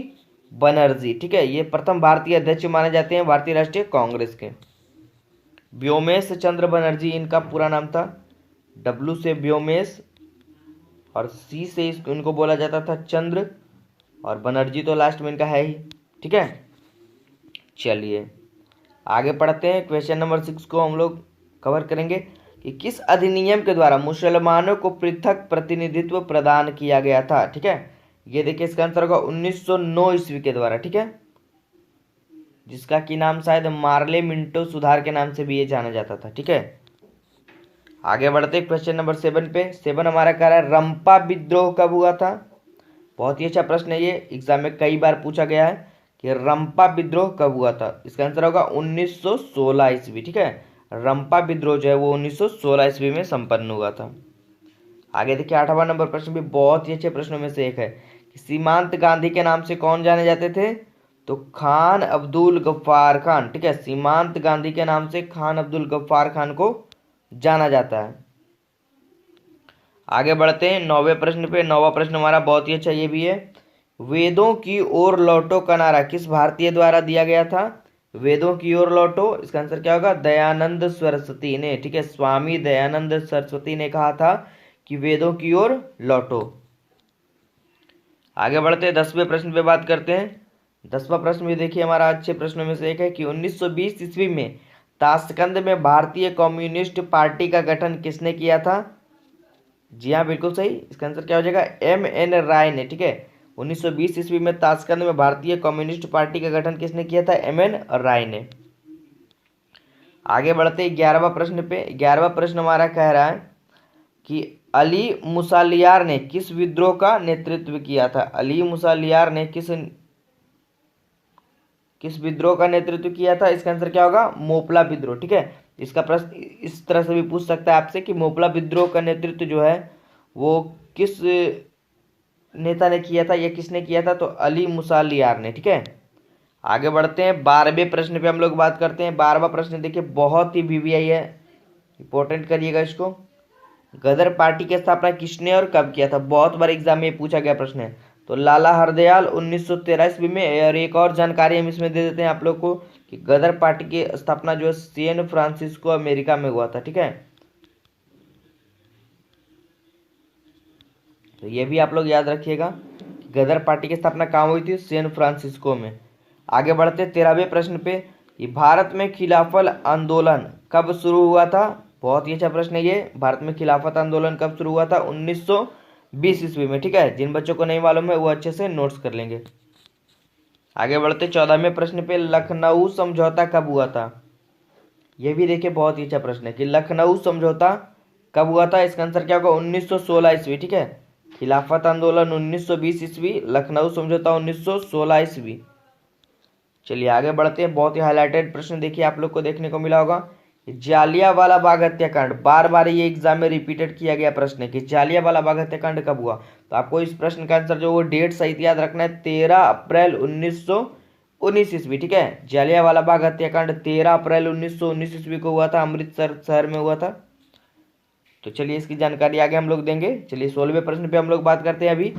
असहयोग आंदोलन का प्रस्ताव कांग्रेस के किस अधिवेशन में पारित हुआ था। चलिए जानना है आप लोग को। जी हाँ, बिल्कुल सही। जिन बच्चों को लग रहा है वो बिल्कुल सही, सितंबर 1920 कलकत्ता में। ठीक है, असहयोग आंदोलन का प्रस्ताव कांग्रेस के किस अधिवेशन में पारित हुआ था। तो सितंबर में 1920 ईस्वी के कलकत्ता अधिवेशन में। आगे बढ़ते 17वें प्रश्न पे। राष्ट्रीय स्वयं सेवक संघ की स्थापना कब और किसने किया था। ठीक है, ये है आपका 17वां प्रश्न आज का। बिल्कुल सही, बहुत ही अच्छा प्रश्न है ये। 1925 ईस्वी में केवी हेडगेवार ने। ठीक है, राष्ट्रीय स्वयं सेवक संघ की स्थापना 1925 ईस्वी में केवी हेडगेवार ने की थी। आगे बढ़ते 18वें प्रश्न पे। तो आप लोग अंत तक जरूर बने रहिएगा, कोई भी बच्चे स्किप करके वीडियो को आगे नहीं बढ़ेंगे। ठीक है, प्रश्न हमारा 18वां कि वल्लभ भाई पटेल को, सबसे पहले जो ये क्वेश्चन था देखिए, इसमें सरदार नहीं रहता था, क्योंकि देखिए वल्लभ भाई पटेल को सरदार की उपाधि दी गई थी। तो यही पूछ रहा है हमसे कि सरदार की जो उपाधि है वो किस किसान आंदोलन के दौरान दिया गया था। तो ये देखिए यहाँ से एक और प्रश्न आपका निकल के आया है कि वल्लभ भाई पटेल को सरदार की उपाधि किस दौरान दी गई थी। तो किसान आंदोलन के दौरान। ठीक है, क्या इसका आंसर क्या हो जाएगा, बारदोली में किसान आंदोलन द्वारा। तो बारदोली किसान आंदोलन द्वारा दिया गया था। वहाँ की महिलाओं ने सरदार वल्लभ भाई पटेल को सरदार की उपाधि दी थी। ठीक है, तभी से उनका नाम जो है वो सरदार वल्लभ भाई पटेल के नाम से जाना जाए लगा। ठीक है, चलिए आगे बढ़ते हैं 19वें प्रश्न पे बात करते हैं हम लोग। 19वां प्रश्न हमारा कह रहा है देखिए, सविनय अवज्ञा आंदोलन कब और किस तिथि से शुरू हुआ। ठीक है, ये हमारा यात्रा से, सॉरी ये हमारा प्रश्न देखिए, ये यात्रा लिखा हुआ, अच्छे से देखिएगा। एक हम लोगों ने भी पढ़ा था पीछे आंदोलन के बारे में, और एक यहाँ पे आ गया देखिए सविनय, वहाँ पे हम लोगों ने खिलाफत आंदोलन पढ़ा था 1920 ईस्वी। ठीक है, और ये प्रश्न हमारा है कि सविनय अवज्ञा आंदोलन। देखिए अब कितना प्रश्न इससे निकल के आ रहा है। सबसे पहला हमारा टॉपिक आ रहा है सविनय अवज्ञा आंदोलन कब हुआ था, 1930 ईस्वी में। किसने किया था ये तो मालूम ही है, महात्मा गांधी जी ने, क्योंकि दांडी यात्रा महात्मा गांधी के द्वारा ही चलाया गया था। तो ये भी प्रश्न यहाँ से निकल के आ रहा है। फिर हमारा प्रश्न इसमें पूछ रहा है क्या कि सविनय अवज्ञा आंदोलन कब, यानी 1930 में, और किस यात्रा से शुरू किया। तो दांडी यात्रा से। किसने किया था, महात्मा गांधी जी ने। ठीक है, तो ये सारा कंफ्यूजन आपको दूर रखना है, आपका हिस्ट्री एकदम ही मजबूत हो जाएगा, कोई दिक्कत ही नहीं होगा इस सारे टॉपिक्स में। आगे बढ़ते हम लोग आज के इस टॉपिक के लास्ट प्रश्न में। बहुत ही अच्छा प्रश्न ये है, पूर्ण स्वराज की मांग का प्रस्ताव कांग्रेस के किस अधिवेशन, वार्षिक अधिवेशन में पारित हुआ था। इसको बीबीआई करिएगा, आगे आने वाले आगामी एग्जाम में बहुत बार आपको ये प्रश्न देखने को मिलेगा। ठीक है, तो चलिए इसके आंसर को जान लेते हैं। 1929 के लाहौर अधिवेशन में। ठीक है, ये हमारी देखिए चहिता संस्था ड्रीम क्लासेस है, इस पर भी आप हमें फॉलो कर सकते हैं। ठीक है, जहाँ पे आपको सारी सुविधा 11th 12th की दी जाएगी। तो इसी तरह बने रहिए, चैनल पे सपोर्ट करते रहिए हमें, और हमारे वीडियोस को लाइक व शेयर करते रहिए। Thank you for watching this video.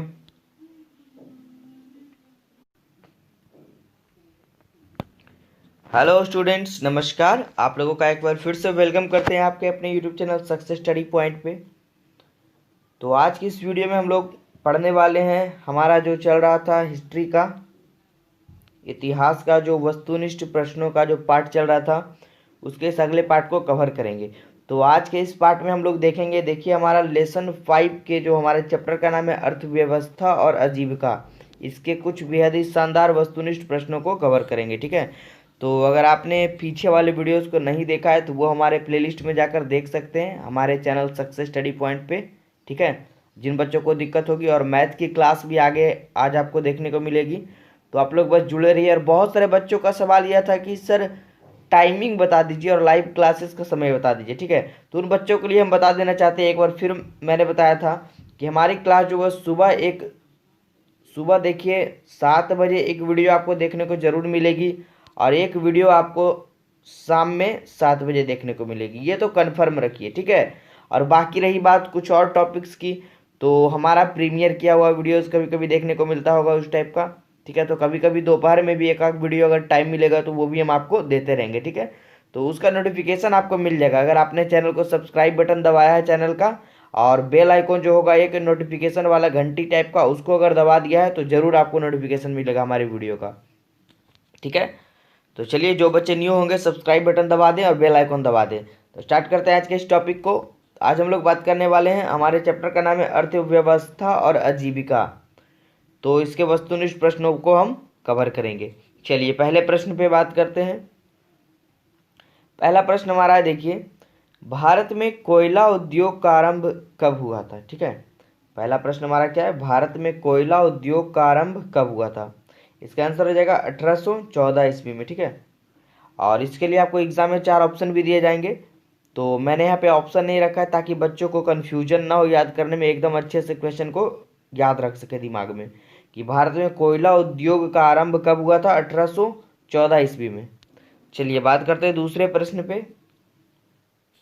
दूसरा देखिए हमारा प्रश्न है कि 1917 ईस्वी में भारत में पहला जूट मिल किस शहर में स्थापित हुआ था। देखिए इन ऐसे ऐसे प्रश्नों से ही बहुत सारे टॉपिक क्लियर होते हैं, तो इन प्रश्नों पर गौर करना है और सारा टॉपिक हमें क्लियर करते जाना है। देखिए जैसे कि ये प्रश्न में कह रहा है कि 1917 ईस्वी में भारत में पहला जूट मिल, ठीक है, जूट का मिल जो है वो किस शहर में स्थापित किया गया था। तो देखिए हमारा एक टॉपिक यहाँ पे क्लियर क्या हुआ कि भारत में पहला जूट मिल कितना ईस्वी में स्थापित हुआ था, तो 1917 ईस्वी में। अब हमारा क्वेश्चन है कि 1917 ईस्वी में जो भारत में पहला जूट मिल की स्थापना हुई थी वो किस शहर में हुई थी, तो कोलकाता में। ठीक है, यानी कलकत्ता में। तो यहाँ से हमारा 2 प्रश्न यहाँ पे क्लियर हुआ कि कब हुआ था, तो 1917 में, कहाँ हुआ था, तो कोलकाता में। ठीक है, चलिए आगे बढ़ते हैं तीसरे प्रश्न पे। देखिए ये तो था जूट मिल वाला, ये देखिए हमारा क्या था, ये था कोयला उद्योग 1814, जूट मिल 1917। और तीसरा हमारा कह रहा है कि बम्बई में सर्वप्रथम सूती कपड़ों के मिलों की स्थापना कब हुई थी। ये आ गया हमारा सूती कपड़ा 1854 ईस्वी। ठीक है, तो तीनों टॉपिक अच्छे से याद रखेंगे। पहला कोयला उद्योग वाला 1814 ईस्वी, दूसरा आ गया जूट मिल 1917 ईस्वी। ठीक है, ये 1814 1917, और फिर आ गया बम्बई में सर्वप्रथम सूती कपड़ों के मिलों की स्थापना 1854। देखिए यहाँ पे सर्वप्रथम सूती कपड़ों का मिल की स्थापना कहाँ हुई थी, बम्बई में। ठीक है, तो ये प्रश्न भी यहाँ पे क्लियर होता है। सर्वप्रथम जूट मिल कहाँ स्थापित हुआ था, कोलकाता में। सूती कपड़े का मिल कहाँ स्थापित हुआ था, बम्बई में। इसमें दोनों का अलग अलग डेट मालूम है। ठीक है, तो ये सारे टॉपिक अभी से ही क्लियर करते हुए जाना है। आगे बढ़ते चौथे प्रश्न पे बात करते हैं। चौथा प्रश्न हमारा है, सेफ्टी लैंप का आविष्कार किसने किया था। बहुत ही अच्छा प्रश्न है, आगे भी आपको एग्जाम में, कॉम्पिटेटिव एग्जाम में देखने को मिलेंगे। सेफ्टी लैंप का आविष्कार किसने किया था, इसका आंसर क्या हो जाएगा, हम्फ्री डेवी ने। ठीक है, सेफ्टी लैंप का आविष्कार हम्फ्री डेवी नामक एक वैज्ञानिक थी, उन्होंने किया था। ठीक है, चलिए आगे बढ़ते हैं। बहुत ही अच्छा प्रश्न ये भी आ गया। देखिए कि स्पिनिंग जेनी का आविष्कार कब हुआ था। ठीक है, यहाँ पे ये नहीं पूछ रहा किसने किया था, बस आपको जानना है स्पिनिंग जेनी का आविष्कार कब हुआ था, 1765 ईस्वी में। ठीक है, इसका आंसर क्या हो जाएगा, 1765 ईस्वी। बस आपको डेट एकदम अच्छे से याद रखना है, सारा बहुत ही काम देने वाला एग्जाम में। आगे देखिए हमारा पढ़ते हैं, छठा प्रश्न कह रहा है कि वैज्ञानिक समाजवाद का प्रतिपादन किसने किया था। ठीक है, ये हमारा आज का छठा प्रश्न है, वैज्ञानिक समाजवाद का प्रतिपादन किसने किया। इसका आंसर क्या हो जाएगा, कार्ल मार्क्स। ठीक है, इसको भी ये करिएगा, बहुत ही अच्छा प्रश्न है ये कि वैज्ञानिक समाजवाद का प्रतिपादन किसने किया था, तो कार्ल मार्क्स ने किया था। चलिए आगे बढ़ते हैं। देखिए सातवां प्रश्न भी काफ़ी इंपॉर्टेंट है, हिस्ट्री का 1 नंबर क्वेश्चन ये है। ठीक है, बहुत बार एग्जाम में रिपीटेड होता है कि भारत के लिए पहला फैक्ट्री एक्ट, ठीक है, पहला फैक्ट्री एक्ट या फैक्ट्री अधिनियम जो है, कारखाना अधिनियम, कब पारित हुआ। तो देखिए यहाँ पे एक और टॉपिक हम लोग क्लियर करेंगे जिससे कि आपका सारा डाउट क्लियर हो जाएगा। ये देखिए 1881 इसका आंसर है, और जो कि हुआ था लॉर्ड रिपन के शासनकाल में। ठीक है, तो ये भी आपको याद रखना है, लॉर्ड रिपन के शासनकाल में, जो शायद 1880 से 1884 तक गवर्नर रहे थे। ठीक है, तो यहीं से क्लियर होता है कि लॉर्ड रिपन का एक और क्वेश्चन कवर होता है कि कब तक रहे थे शासन में, तो 1880 से 84, और उन्होंने पहला फैक्ट्री अधिनियम जो है 1881 में पारित किया था भारत में। चलिए आगे बढ़ते हैं 8वें प्रश्न पे। 8वां प्रश्न हमारा है कि द्वारका नाथ टैगोर कहाँ के उद्योगपति थे। तो सबसे पहले देखिए एक टॉपिक यहाँ पे क्लियर हुआ कि द्वारकानाथ टैगोर क्या थे, तो एक उद्योगपति थे, ठीक है। और वो कहाँ के उद्योगपति थे, तो बंगाल के। तो ये हमारा दो टॉपिक यहाँ पे क्लियर हुआ। चलिए आगे बढ़े। चलिए आगे बढ़ने से पहले थोड़ी सी जानकारी हम अपने चैनल के बारे में दे देते हैं, जो कि हमारा चहीता चैनल आप लोगों का ड्रीम क्लासेस, उसका ऐप जो है वो आप डाउनलोड करके पढ़ाई कर सकते हो घर बैठे। ड्रीम क्लासेस का ऐप आप प्ले स्टोर पे जाइए और वहाँ पे जाकर आप पढ़ाई कर सकते हो सारे टॉपिक 11th-12th के जो भी बच्चे हैं इस बार बोर्ड एग्जाम देंगे, और 10th के लिए भी, ठीक है। तो आप घर बैठे नोट्स को भी खरीद सकते हो वहाँ पर, अगर परचेज करना हो आपको तो सारे टॉपिक्स का A to Z। चलिए आगे बढ़ते, 9वें प्रश्न पे बात करते हैं हम लोग। 9वां प्रश्न हमारा है, AITUC का प्रथम अध्यक्ष किसे बनाया गया था। AITUC का प्रथम अध्यक्ष किसे बनाया गया था, तो ये प्रश्न का आंसर क्या हो जाएगा, लाला लाजपत राय को, ठीक है। AITUC का प्रथम अध्यक्ष किसे बनाया गया था, लाला लाजपत राय को। चलिए आगे बढ़ते हैं 10वें प्रश्न पे। रिचर्ड आर्कराइट ने कौन सी मशीन बनाई थी, ठीक है। इसका आंसर क्या हो जाएगा, स्पिनिंग फ्रेम बनाए थे। रिचर्ड आर्कराइट ने कौन सी मशीन बनाई थी, तो स्पिनिंग फ्रेम बनाए थे, ठीक है। चलिए आगे बढ़ते हैं 11वें प्रश्न पे बात करते हैं। 11वां प्रश्न हमारा कह रहा है, भारत में Tata hydro electric power station की स्थापना कब हुई थी। बहुत ही अच्छा प्रश्न है ये, VVI करिएगा। क्या प्रश्न, भारत में Tata hydro electric power station की स्थापना कब हुई थी, 1910 ईस्वी में, ठीक है। चलिए आगे बढ़ते हैं 12वें प्रश्न पे हम लोग बात करते हैं, अखिल भारतीय ट्रेड यूनियन कांग्रेस की स्थापना कब हुई थी। अखिल भारतीय ट्रेड यूनियन कांग्रेस की स्थापना कब हुई थी, इसका आंसर क्या हो जाएगा, 1920 ईस्वी, ठीक है। बहुत ही अच्छा प्रश्न ये भी है, 1920 ईस्वी आप लोग याद रखेंगे।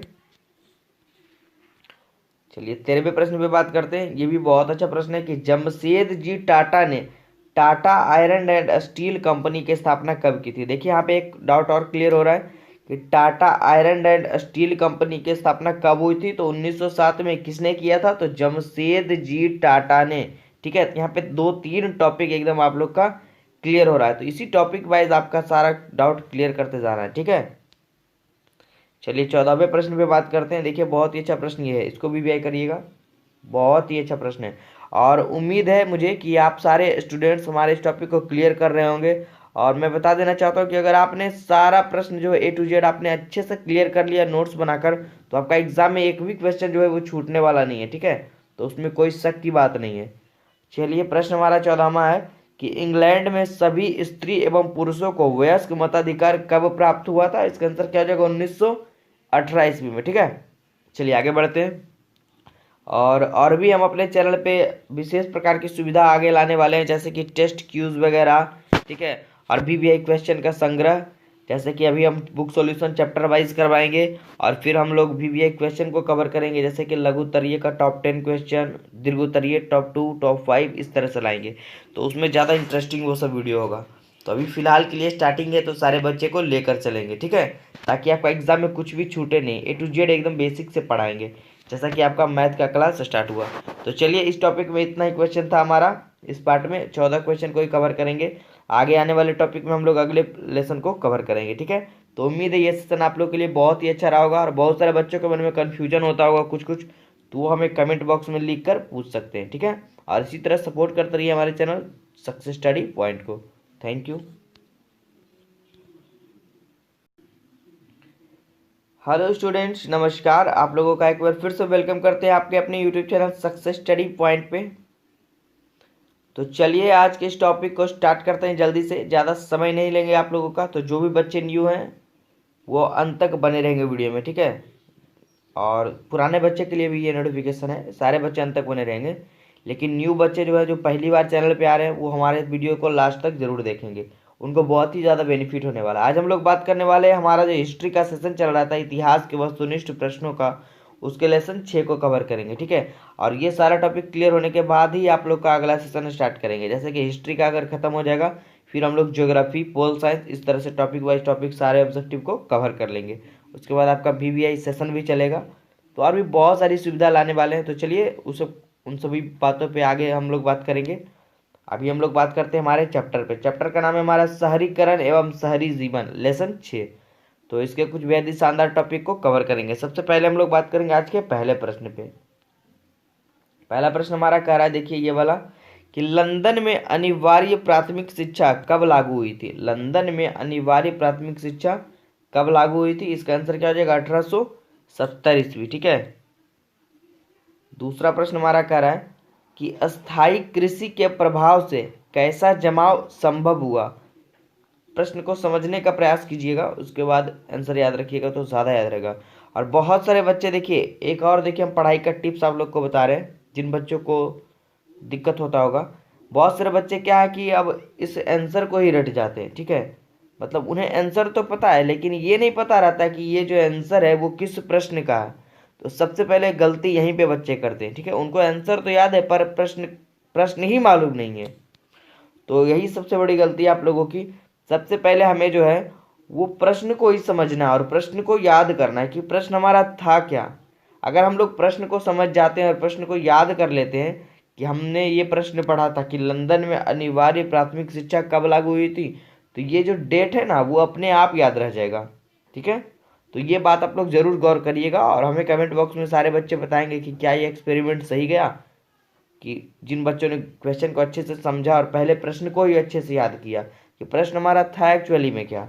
उसके बाद हम लोग आंसर को कवर करेंगे तो ज़्यादा दिन तक वो प्रश्न आपके दिमाग में रह पाएगा। ठीक है, चलिए दूसरे प्रश्न पे बात करते हैं हम लोग।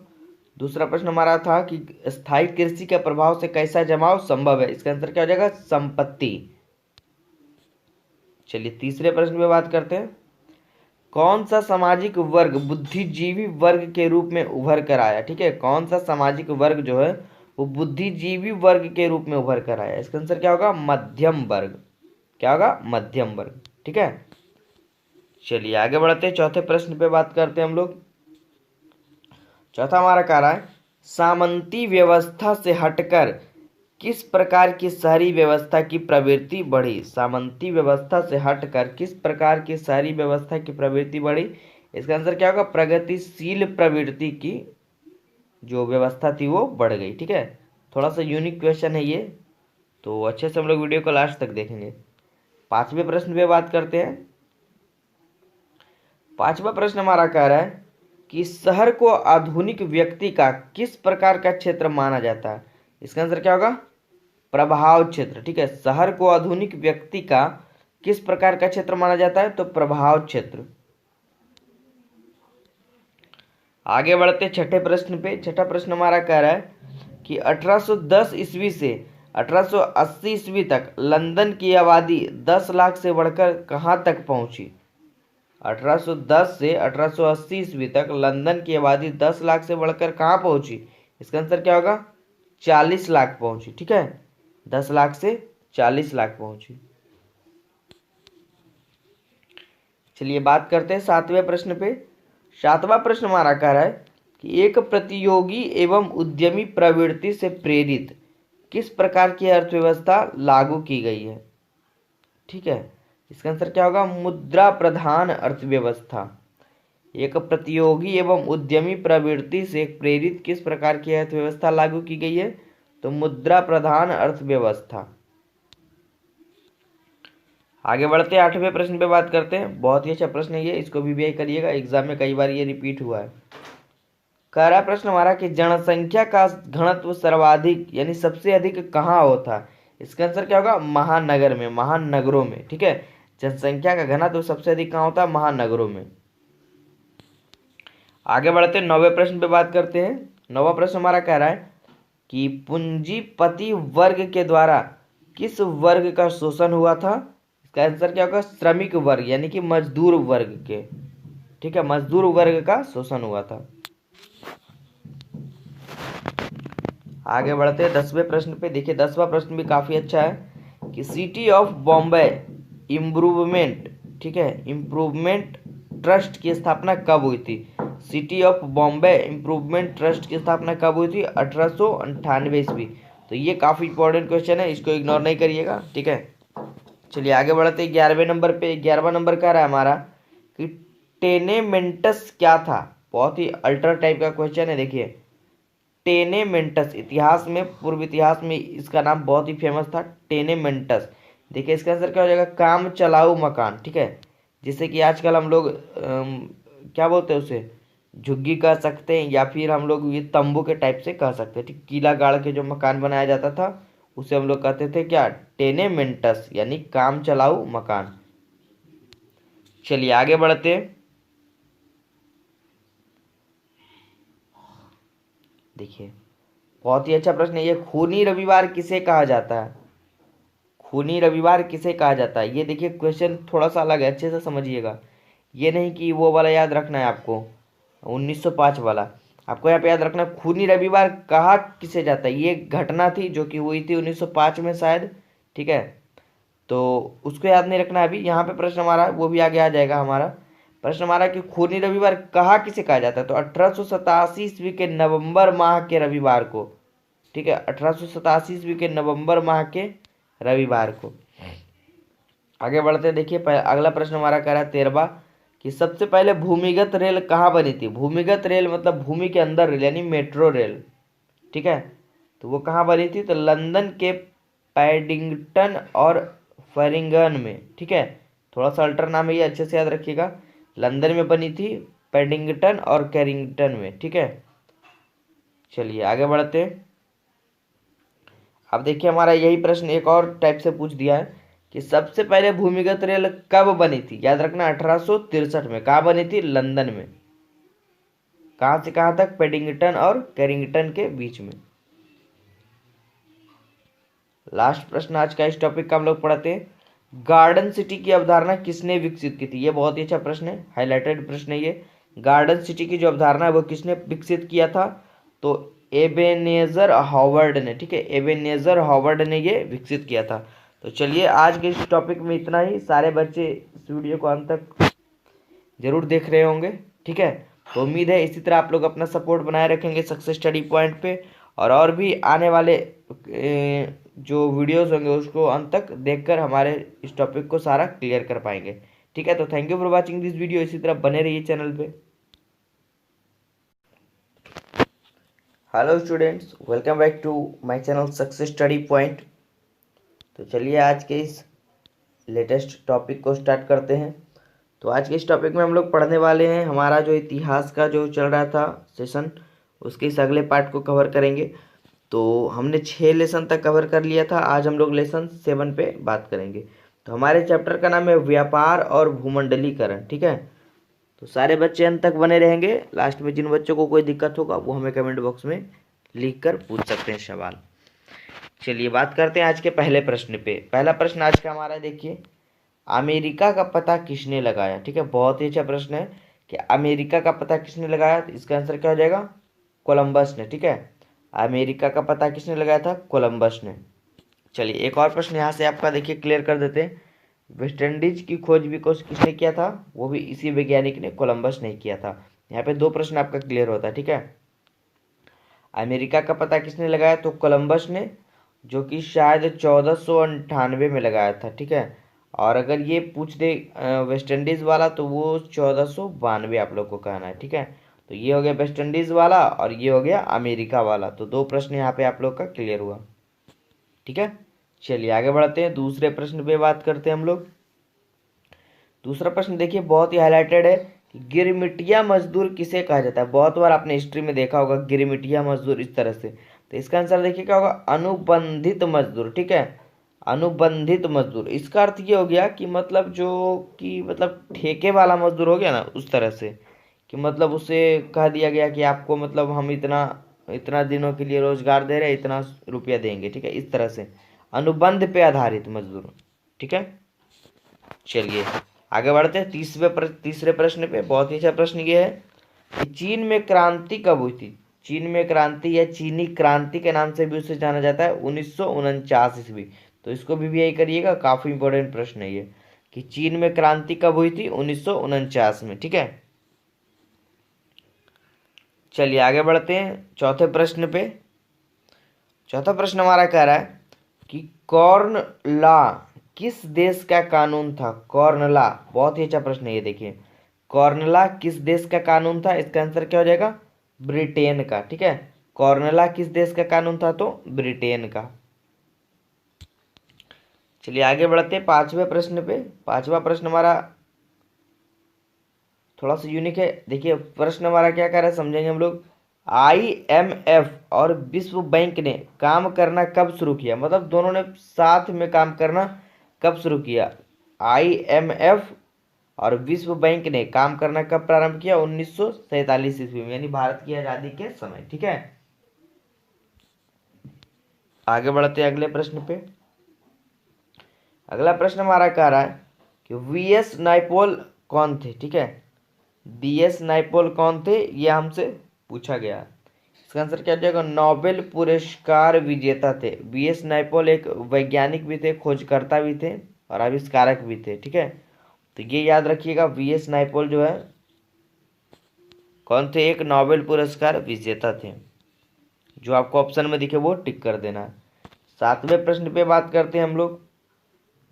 सातवां प्रश्न हमारा कह रहा है, देखिए हमारे चैप्टर का नाम भी था भूमंडलीकरण और शहरीकरण। ठीक है, तो हमारा टॉपिक ये कह रहा है कि भूमंडलीकरण की शुरुआत किस दशक में हुई थी? मतलब कितने ईस्वी के दशक में हुई थी? इसका आंसर क्या होगा? 1980 के दशक में। ठीक है, 1980 ईस्वी के दशक में क्या हुआ था? भूमंडलीकरण की शुरुआत। चलिए आगे बढ़ते हैं अगले प्रश्न पे। विश्व बाजार का विस्तार आधुनिक काल में किस समय से आरंभ हुआ था? ठीक है, यह था भूमंडलीकरण की शुरुआत 1980 के दशक में। और ये हमारा आ गया टॉपिक कि विश्व बाजार का विस्तार आधुनिक काल में किस समय से आरंभ हुआ? इसका आंसर क्या होगा? 19वीं शताब्दी से। ठीक है, क्या होगा आंसर? 19वीं शताब्दी से। चलिए आगे बात करते हैं नौवें प्रश्न पे। नौवां प्रश्न हमारा कह रहा है कि द्वितीय महायुद्ध के बाद में यूरोप में कौन सी संस्था का उदय? द्वितीय महायुद्ध के बाद में यूरोप में कौन सी संस्था का उदय आर्थिक दुष्प्रभावों को समाप्त करने के लिए हुआ था? क्या? आर्थिक दुष्प्रभावों को समाप्त करने के लिए हुआ था। इसका आंसर क्या हो जाएगा? यूरोपीय संघ का। ठीक है, यूरोप में किस संस्था का उदय हुआ था? तो यूरोपीय संघ संस्था का। तो ये था हमारा आज का नौवां टॉपिक। आगे बढ़ते 10वें प्रश्न पे बात करते हैं। देखिए बहुत ही अच्छा क्वेश्चन है ये कि ब्रेटन वुड्स सम्मेलन किस वर्ष हुआ था? 1944 ईस्वी। इसको भी करिएगा, आगे आने वाले कॉम्पिटिटिव एग्जाम में ये काफ़ी काम देने वाला है कि ब्रेटन वुड्स सम्मेलन किस वर्ष हुआ था? तो 1944 ईस्वी में। और भी हमने पीछे बहुत सारे समझौते और सम्मेलनों के बारे में पढ़ा, जैसे कि हनोई समझौता, जिनेवा समझौता। इन सारे टॉपिक्स को हम लोगों ने कवर किया था ऊपर। अगर जिन बच्चों ने नहीं देखा वो प्लेलिस्ट में जाकर सारे टॉपिक चैप्टर 1 से कवर कर लें। ठीक है, बढ़ते हैं अगले प्रश्न पे। देखिए अगला प्रश्न हमारा है, विश्वव्यापी आर्थिक संकट किस वर्ष आरंभ हुआ? प्रश्न हमारा कह रहा है विश्वव्यापी आर्थिक संकट किस वर्ष आरंभ हुआ? इसका आंसर क्या होगा? 1929 ईस्वी। ठीक है, विश्वव्यापी आर्थिक संगठन किस वर्ष आरंभ हुआ? 1929 ईस्वी में। चलिए आगे बढ़ते हैं 12वें प्रश्न पे। 12वां प्रश्न हमारा कह रहा है आर्थिक संकट, यानी आर्थिक संकट को हम लोग कह सकते हैं मंदी, यानी मंदी के कारण यूरोप में कौन सी नई शासन प्रणाली का उदय हुआ? जब यूरोप के बाजारों में जब मंदी आई छाई तो किस नई शासन प्रणाली का उदय हुआ? ये है हमारा प्रश्न। ठीक है, इसका आंसर क्या हो जाएगा? फांसीवादी और नाजीवादी शासन का। फांसीवादी नाजीवादी शासन का, दोनों एक में बोलना है। ठीक है, इस तरह से फिर से पढ़ रहे, देखिए इस क्वेश्चन को।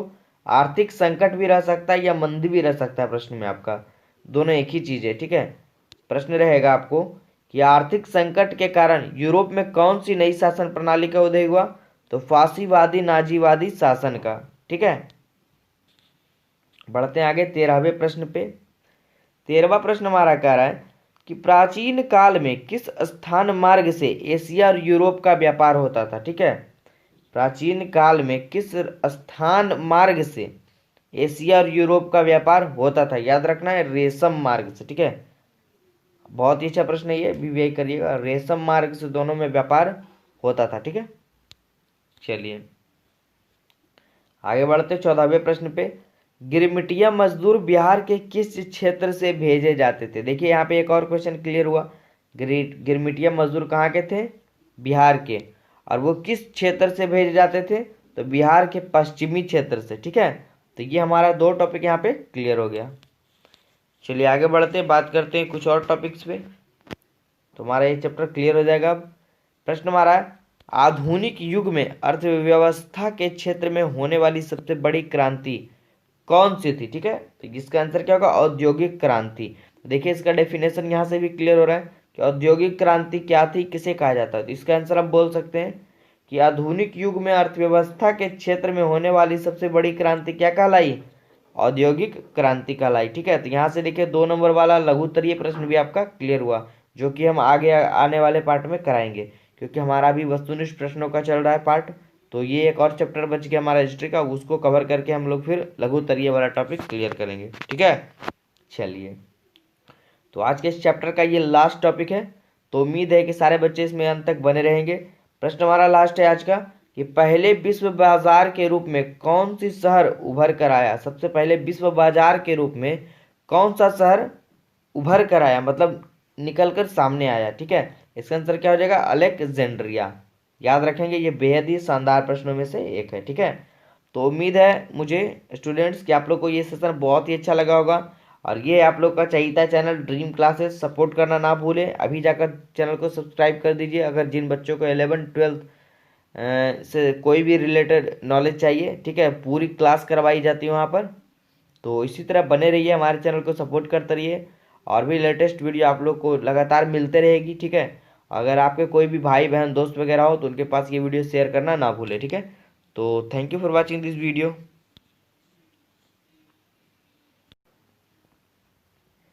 हेलो स्टूडेंट्स, नमस्कार। आप लोगों का एक बार फिर से वेलकम करते हैं आपके अपने YouTube channel success study point पे। तो चलिए आज के इस हिस्ट्री के लास्ट सेशन को हम लोग स्टार्ट करते हैं। तो जिन बच्चों ने पीछे हमारे सारे पार्ट को नहीं देखा, वो प्लेलिस्ट में जाकर देख लीजिए। हमारे चैनल सक्सेस स्टडी पॉइंट के प्लेलिस्ट में हिस्ट्री का जो प्लेलिस्ट बना होगा उसमें बना दिया गया है सारे वस्तुनिष्ठ प्रश्नों का। तो हम लोगों ने वहाँ पे 1 से 7 लेसन तक कवर कर लिया था, और आज के इस टॉपिक को पढ़ने के बाद हमारा इस बोर्ड एग्जाम का तैयारी जो है वस्तुनिष्ठ प्रश्नों का चैप्टर वाइज क्लियर हो जाएगा। फिर आपको VVI प्रश्नों का भी संग्रह कराएंगे, टेस्ट सीरीज करवाएंगे, बहुत सारी सुविधा हम लोग आपको देंगे। ठीक है, तो चलिए, उम्मीद है कि इस वीडियो को आप लोग अंत तक जरूर देखिएगा, और सारे बच्चे हमें कमेंट बॉक्स में कमेंट कर बताएंगे। देखिए हमारा चैप्टर का नाम है, 8वां चैप्टर है हमारा। चैप्टर का नाम है प्रेस, संस्कृति एवं राष्ट्रवाद, जो कि हिस्ट्री का लास्ट चैप्टर है आपका क्लास 10th का। ठीक है, तो इसके कुछ बेहद ही शानदार वस्तुनिष्ठ प्रश्नों को कवर कर लेंगे। पहला प्रश्न पे हम लोग बात करते हैं, ज़्यादा समय नहीं लेंगे आप लोग का। पहला प्रश्न हमारा देखिए, रूसो कहाँ का दार्शनिक था? बहुत ही अच्छे प्रश्नों में से एक है, कई बार ये एग्जाम में पूछा गया है कि रूसो जो थे वो कहाँ के दार्शनिक थे। इसका आंसर क्या हो जाएगा? फ्रांस। ठीक है, याद रखेंगे, रूसो कहाँ का दार्शनिक था? तो फ्रांस का। बहुत ही अच्छा प्रश्न है, VVI कर दिया हमने। आप लोग भी नोट्स बनाते समय VVI जरूर करिएगा इसे। आगे बढ़ते हैं दूसरे प्रश्न पे।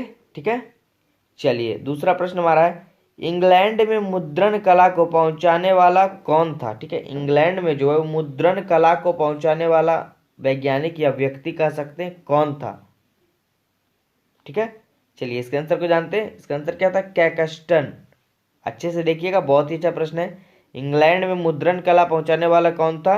कैक्सटन। या इस तरह से भी आपको प्रश्न पूछ सकता है कि कैक्सटन ने मुद्रण कला को पहुंचाने का कार्य किस देश में किया था? तो इंग्लैंड में। ठीक है, तो बस क्वेश्चन को किसी भी तरह से अगर आपको एग्जाम में घुमा कर पूछे, बस क्वेश्चन को, टॉपिक को क्लियर कर लेना है, टॉपिक हमारा कह क्या रहा है। ठीक है, चलिए तीसरा प्रश्न हम लोग पढ़ते हैं। तीसरा प्रश्न काफी इंपॉर्टेंट है, गुटेनबर्ग का जन्म किस देश में हुआ था? ठीक है, गुटेनबर्ग का जन्म जो है वो किस देश में हुआ था? इसका आंसर क्या हो जाएगा? जर्मनी में। तो बेहद ही शानदार शानदार प्रश्न इसमें आ रहा है। देखिए सबसे पहला हमारा था, रूसो कहाँ का निवासी था या दार्शनिक था? तो फ्रांस का। और ये वाला प्रश्न भी काफी अच्छा है कि गुटेनबर्ग का जन्म किस देश में हुआ था? तो जर्मनी में हुआ था। ठीक है, आगे बात करते चौथे प्रश्न पे। देखिए, गुटेनबर्ग ने सर्वप्रथम किस पुस्तक की छपाई की थी? बहुत ही अच्छा प्रश्न है ये। गुटेनबर्ग ने सर्वप्रथम किस पुस्तक की छपाई की थी? इसका आंसर क्या होगा? बाइबिल की। ठीक है, किस पुस्तक की? तो बाइबिल की सर्वप्रथम छपाई की थी। आगे बढ़ते पांचवें प्रश्न पे। पांचवा प्रश्न हमारा कह रहा है, विश्व में सर्वप्रथम मुद्रण की शुरुआत कहाँ से हुई थी? विश्व में सर्वप्रथम मुद्रण की शुरुआत इस तरह से भी रह सकता है, किस देश से हुई थी? तो इसका आंसर क्या होगा? चीन से। ठीक है, याद रखेंगे सारे बच्चे, विश्व में सर्वप्रथम मुद्रण की शुरुआत जो है वो चीन से हुई थी। आगे बढ़ते छठे प्रश्न पे, किसने कहा कि मुद्रण जो है ईश्वर की दी हुई महानतम देन है और सबसे बड़ा क्या है, तोहफा भी है। यह किसका जो कथन था ये हमसे पूछा गया है, ठीक है, कि मुद्रण ईश्वर की दी हुई देन और महानतम देन है और सबसे बड़ा क्या है, तोहफा है। ये कहा था मार्टिन लूथर ने, यानी मार्टिन लूथर किंग ने। तो ये टॉपिक आप लोग याद रखिएगा, बहुत ही अच्छे प्रश्नों में से एक ये भी है कि किसने कहा था कि मुद्रण ईश्वर की दी हुई महानतम देन है, मार्टिन लूथर ने, ठीक है। आगे बढ़ते हैं, अगला प्रश्न हम लोग बात करते हैं, महात्मा गांधी ने किस पत्र का संपादन किया था। बहुत ही अच्छा प्रश्न है ये कि महात्मा गांधी ने किस पत्र का संपादन किया था। इसका आंसर क्या होगा, यंग इंडिया, ठीक है। यंग इंडिया, हरिजन सेवक संघ, बहुत सारे पत्रों को किया था। और भी आगे हम लोग पढ़ेंगे जब लघुत्तरीय टॉपिक को, तो वहाँ पे सारे टॉपिक पढ़ेंगे कि महात्मा गांधी ने कौन कौन से कार्य किए और कितने ईस्वी में किए। तो अभी आप लोग वस्तुनिष्ठ प्रश्न के तौर पे ये प्रश्न याद रखिएगा कि महात्मा गांधी ने किस पत्र का संपादन किया, तो यंग इंडिया का। आगे बढ़ते 8वें प्रश्न पे। 8वां प्रश्न हमारा कह रहा आर्थिक मंदी की शुरुआत कब हुई थी, 1930 ईस्वी में, ठीक है। आर्थिक मंदी की शुरुआत कब हुई थी, 1930 ईस्वी में, ठीक है, ये याद रखेंगे। चलिए 9वें प्रश्न पे बात करते हैं। 9वां प्रश्न हमारा कह रहा है कि 13वीं सदी में किसने ब्लॉक प्रिंटिंग के नमूने यूरोप में पहुंचाए थे। 13वीं सदी में किसने जो है वो ब्लॉक प्रिंटिंग के नमूने को यूरोप में पहुंचाने का कार्य किया था। इसका आंसर क्या हो जाएगा, मार्को पोलो ने, ठीक है, मार्को पोलो। चलिए आगे बढ़ते हैं, 10वें प्रश्न पे बात करते हैं। 10वां प्रश्न हमारा कह रहा है कि किस देश की सिविल सेवा परीक्षा ने मुद्रित पुस्तकों यानी सामग्रियों की मांग बढ़ाई। किस देश का सिविल सेवा ने, इसका आंसर क्या होगा, चीन देश की सिविल सेवा ने, ठीक है। इसका राइट आंसर होगा चीन। तो सारे बच्चे इस टॉपिक को अच्छे से याद रखेंगे। आगे बढ़ते 11वें प्रश्न पे। 11वां प्रश्न भी देखिए काफी यूनिक टाइप का, अलग टाइप का प्रश्न है कि किस पत्र ने रातों रात जो है वो वर्नाकुलर प्रेस एक्ट, ठीक है, वर्नाकुलर प्रेस एक्ट से बचने के लिए अपनी भाषा बदल दी थी, ठीक है। वर्नाकुलर प्रेस एक्ट से बचने के लिए अपनी भाषा बदल दी थी, क्या था, अमृत बाजार पत्रिका, ठीक है, जिसकी स्थापना शायद गिरीश चंद्र घोष ने किया था। तो ये सब आगे हम लोग पढ़ेंगे। फिर ये भी पढ़ेंगे वर्नाकुलर प्रेस एक्ट कब हुआ था, इसके बारे में भी डिटेल से पढ़ेंगे, ठीक है। तो चलिए ये याद रखिएगा कि किस पत्र ने रातों रात वर्नाकुलर प्रेस एक्ट को बचाने के लिए अपनी भाषा बदल दी थी, अमृत बाजार पत्रिका ने, ठीक है। चलिए 12वें प्रश्न पे बात करते हैं। 12वां प्रश्न हमारा कह रहा है मुद्रण तकनीक का विकास सर्वप्रथम कहाँ हुआ था। इसका आंसर क्या होगा, राइट आंसर चीन में, ठीक है। सर्वप्रथम सिविल सेवा परीक्षा भी चीन में हुआ था। मुद्रण कला का विकास यानी तकनीक का विकास भी कहाँ हुआ था, चीन में। तो ज्यादातर ये ऐतिहासिक कार्य चीन ही करते थे पहले, ठीक है। देखिए ये प्रश्न फिर से आ गया, अभी पीछे हम लोगों ने इसके बारे में बात की थी, वर्नाकुलर प्रेस एक्ट, इसके बारे में। अब ये पढ़ेंगे ये एक्ट हुआ था कब, ठीक है। देखिए प्रश्न हमारा ये बनता है, बहुत ही अच्छा प्रश्न है, इसको वीवीआई करिएगा, कई बार एग्जाम में ये पूछा गया है। वर्नाकुलर प्रेस एक्ट कब पास हुआ था या कब पारित हुआ था। इसका आंसर क्या होगा, 1878 ईस्वी। बहुत ही अच्छा प्रश्न है ये, ठीक है, आप लोग अच्छे से कवर करके जाइएगा एग्जाम में। अगला प्रश्न हमारा 14वां प्रश्न है कि इंक्विजिशन क्या है, ठीक है। इंक्विजिशन किसे कहा जाता था या इंक्विजिशन क्या था। तो एक प्रकार का ये क्या था, धर्म अदालत था। तो ये काफी यूनिक प्रश्न है कि इंक्विजिशन क्या था। या आपसे प्रश्न इस तरह से भी पूछ सकता है कि एक धर्म अदालत निम्नलिखित में से कौन था, तो इंक्विजिशन था। तो इसीलिए हम बार बार बोलते हैं सारे बच्चों को कि आंसर से ज्यादा आपको प्रश्न याद रहना चाहिए, ठीक है, कि प्रश्न हमारा था क्या। अब जैसे मान लीजिए आप इस प्रश्न में धर्म अदालत आपको याद है, लेकिन आपको प्रश्न ही याद नहीं रहेगा कि ये था क्या। अगर आपसे घुमा कर पूछ दिया कि बताइए निम्नलिखित में से कौन सा एक धर्म अदालत था, तो इसका आंसर राइट क्या बोलना है आपको, इक्विजिशन, ठीक है। तो आपको किसी भी तरह से घुमा कर पूछे, आप अपने टॉपिक को बस क्लियर रखना है, ठीक है। चलिए आज के इस टॉपिक के लास्ट प्रश्न पे हम लोग कवर करेंगे या बात करेंगे, उसके बाद आप लोग का हिस्ट्री का सेशन या वस्तुनिष्ठ प्रश्नों का समाप्त हो जाएगा। तो सारे बच्चे एकदम रट लेंगे A to Z क्वेश्चन, और फिर आपको बेहद ही ऑब्जेक्टिव क्वेश्चन में शानदार शानदार प्रश्न और भी कवर करवाएंगे वीवीआई जो भी है, और चैप्टर वाइज जैसे आपका बुक सॉल्यूशन एकदम क्लियर हो गया, ठीक है। चलिए लास्ट प्रश्न पे हम लोग बात करते हैं, निम्न जातीय आंदोलन के प्रणेता कौन थे, ठीक है। निम्न में से जातीय आंदोलन के प्रणेता कौन थे। प्रश्न हमारा इस तरह से है, बस हमारा ऑप्शन यहाँ पे नहीं है तो आप लोग को दिक्कत हो रही होगी। प्रश्न हमारा इसमें ये था कि निम्न में से जातीय आंदोलन के प्रणेता कौन थे। आपको एग्जाम में इसके लिए 4 ऑप्शन दिए जाएंगे, ठीक है, पंडित जवाहरलाल नेहरू, सरदार वल्लभ भाई पटेल, इस तरह से। तो उसका राइट आंसर आपको क्या टिक करना है, ज्योतिबा फूले। जातीय आंदोलन के प्रणेता कौन थे, ज्योतिबा फूले, ठीक है। तो उम्मीद है सारे स्टूडेंट्स को ये सेशन बहुत ही शानदार और बेटर लगा होगा। इसी तरह आप हमारे चैनल से जुड़े रहिए, सपोर्ट करते रहिए सक्सेस स्टडी पॉइंट को, और कमेंट बॉक्स में लिखना ना भूलें कि किन बच्चों को कोई दिक्कत हो रही है या किन बच्चों को और कुछ भी वीडियोस वगैरह की ज़रूरत है, तो ठीक है। तो चलिए, thank you for watching this video, support करते रहिए, बने रहिए हमारे चैनल पे, ठीक है।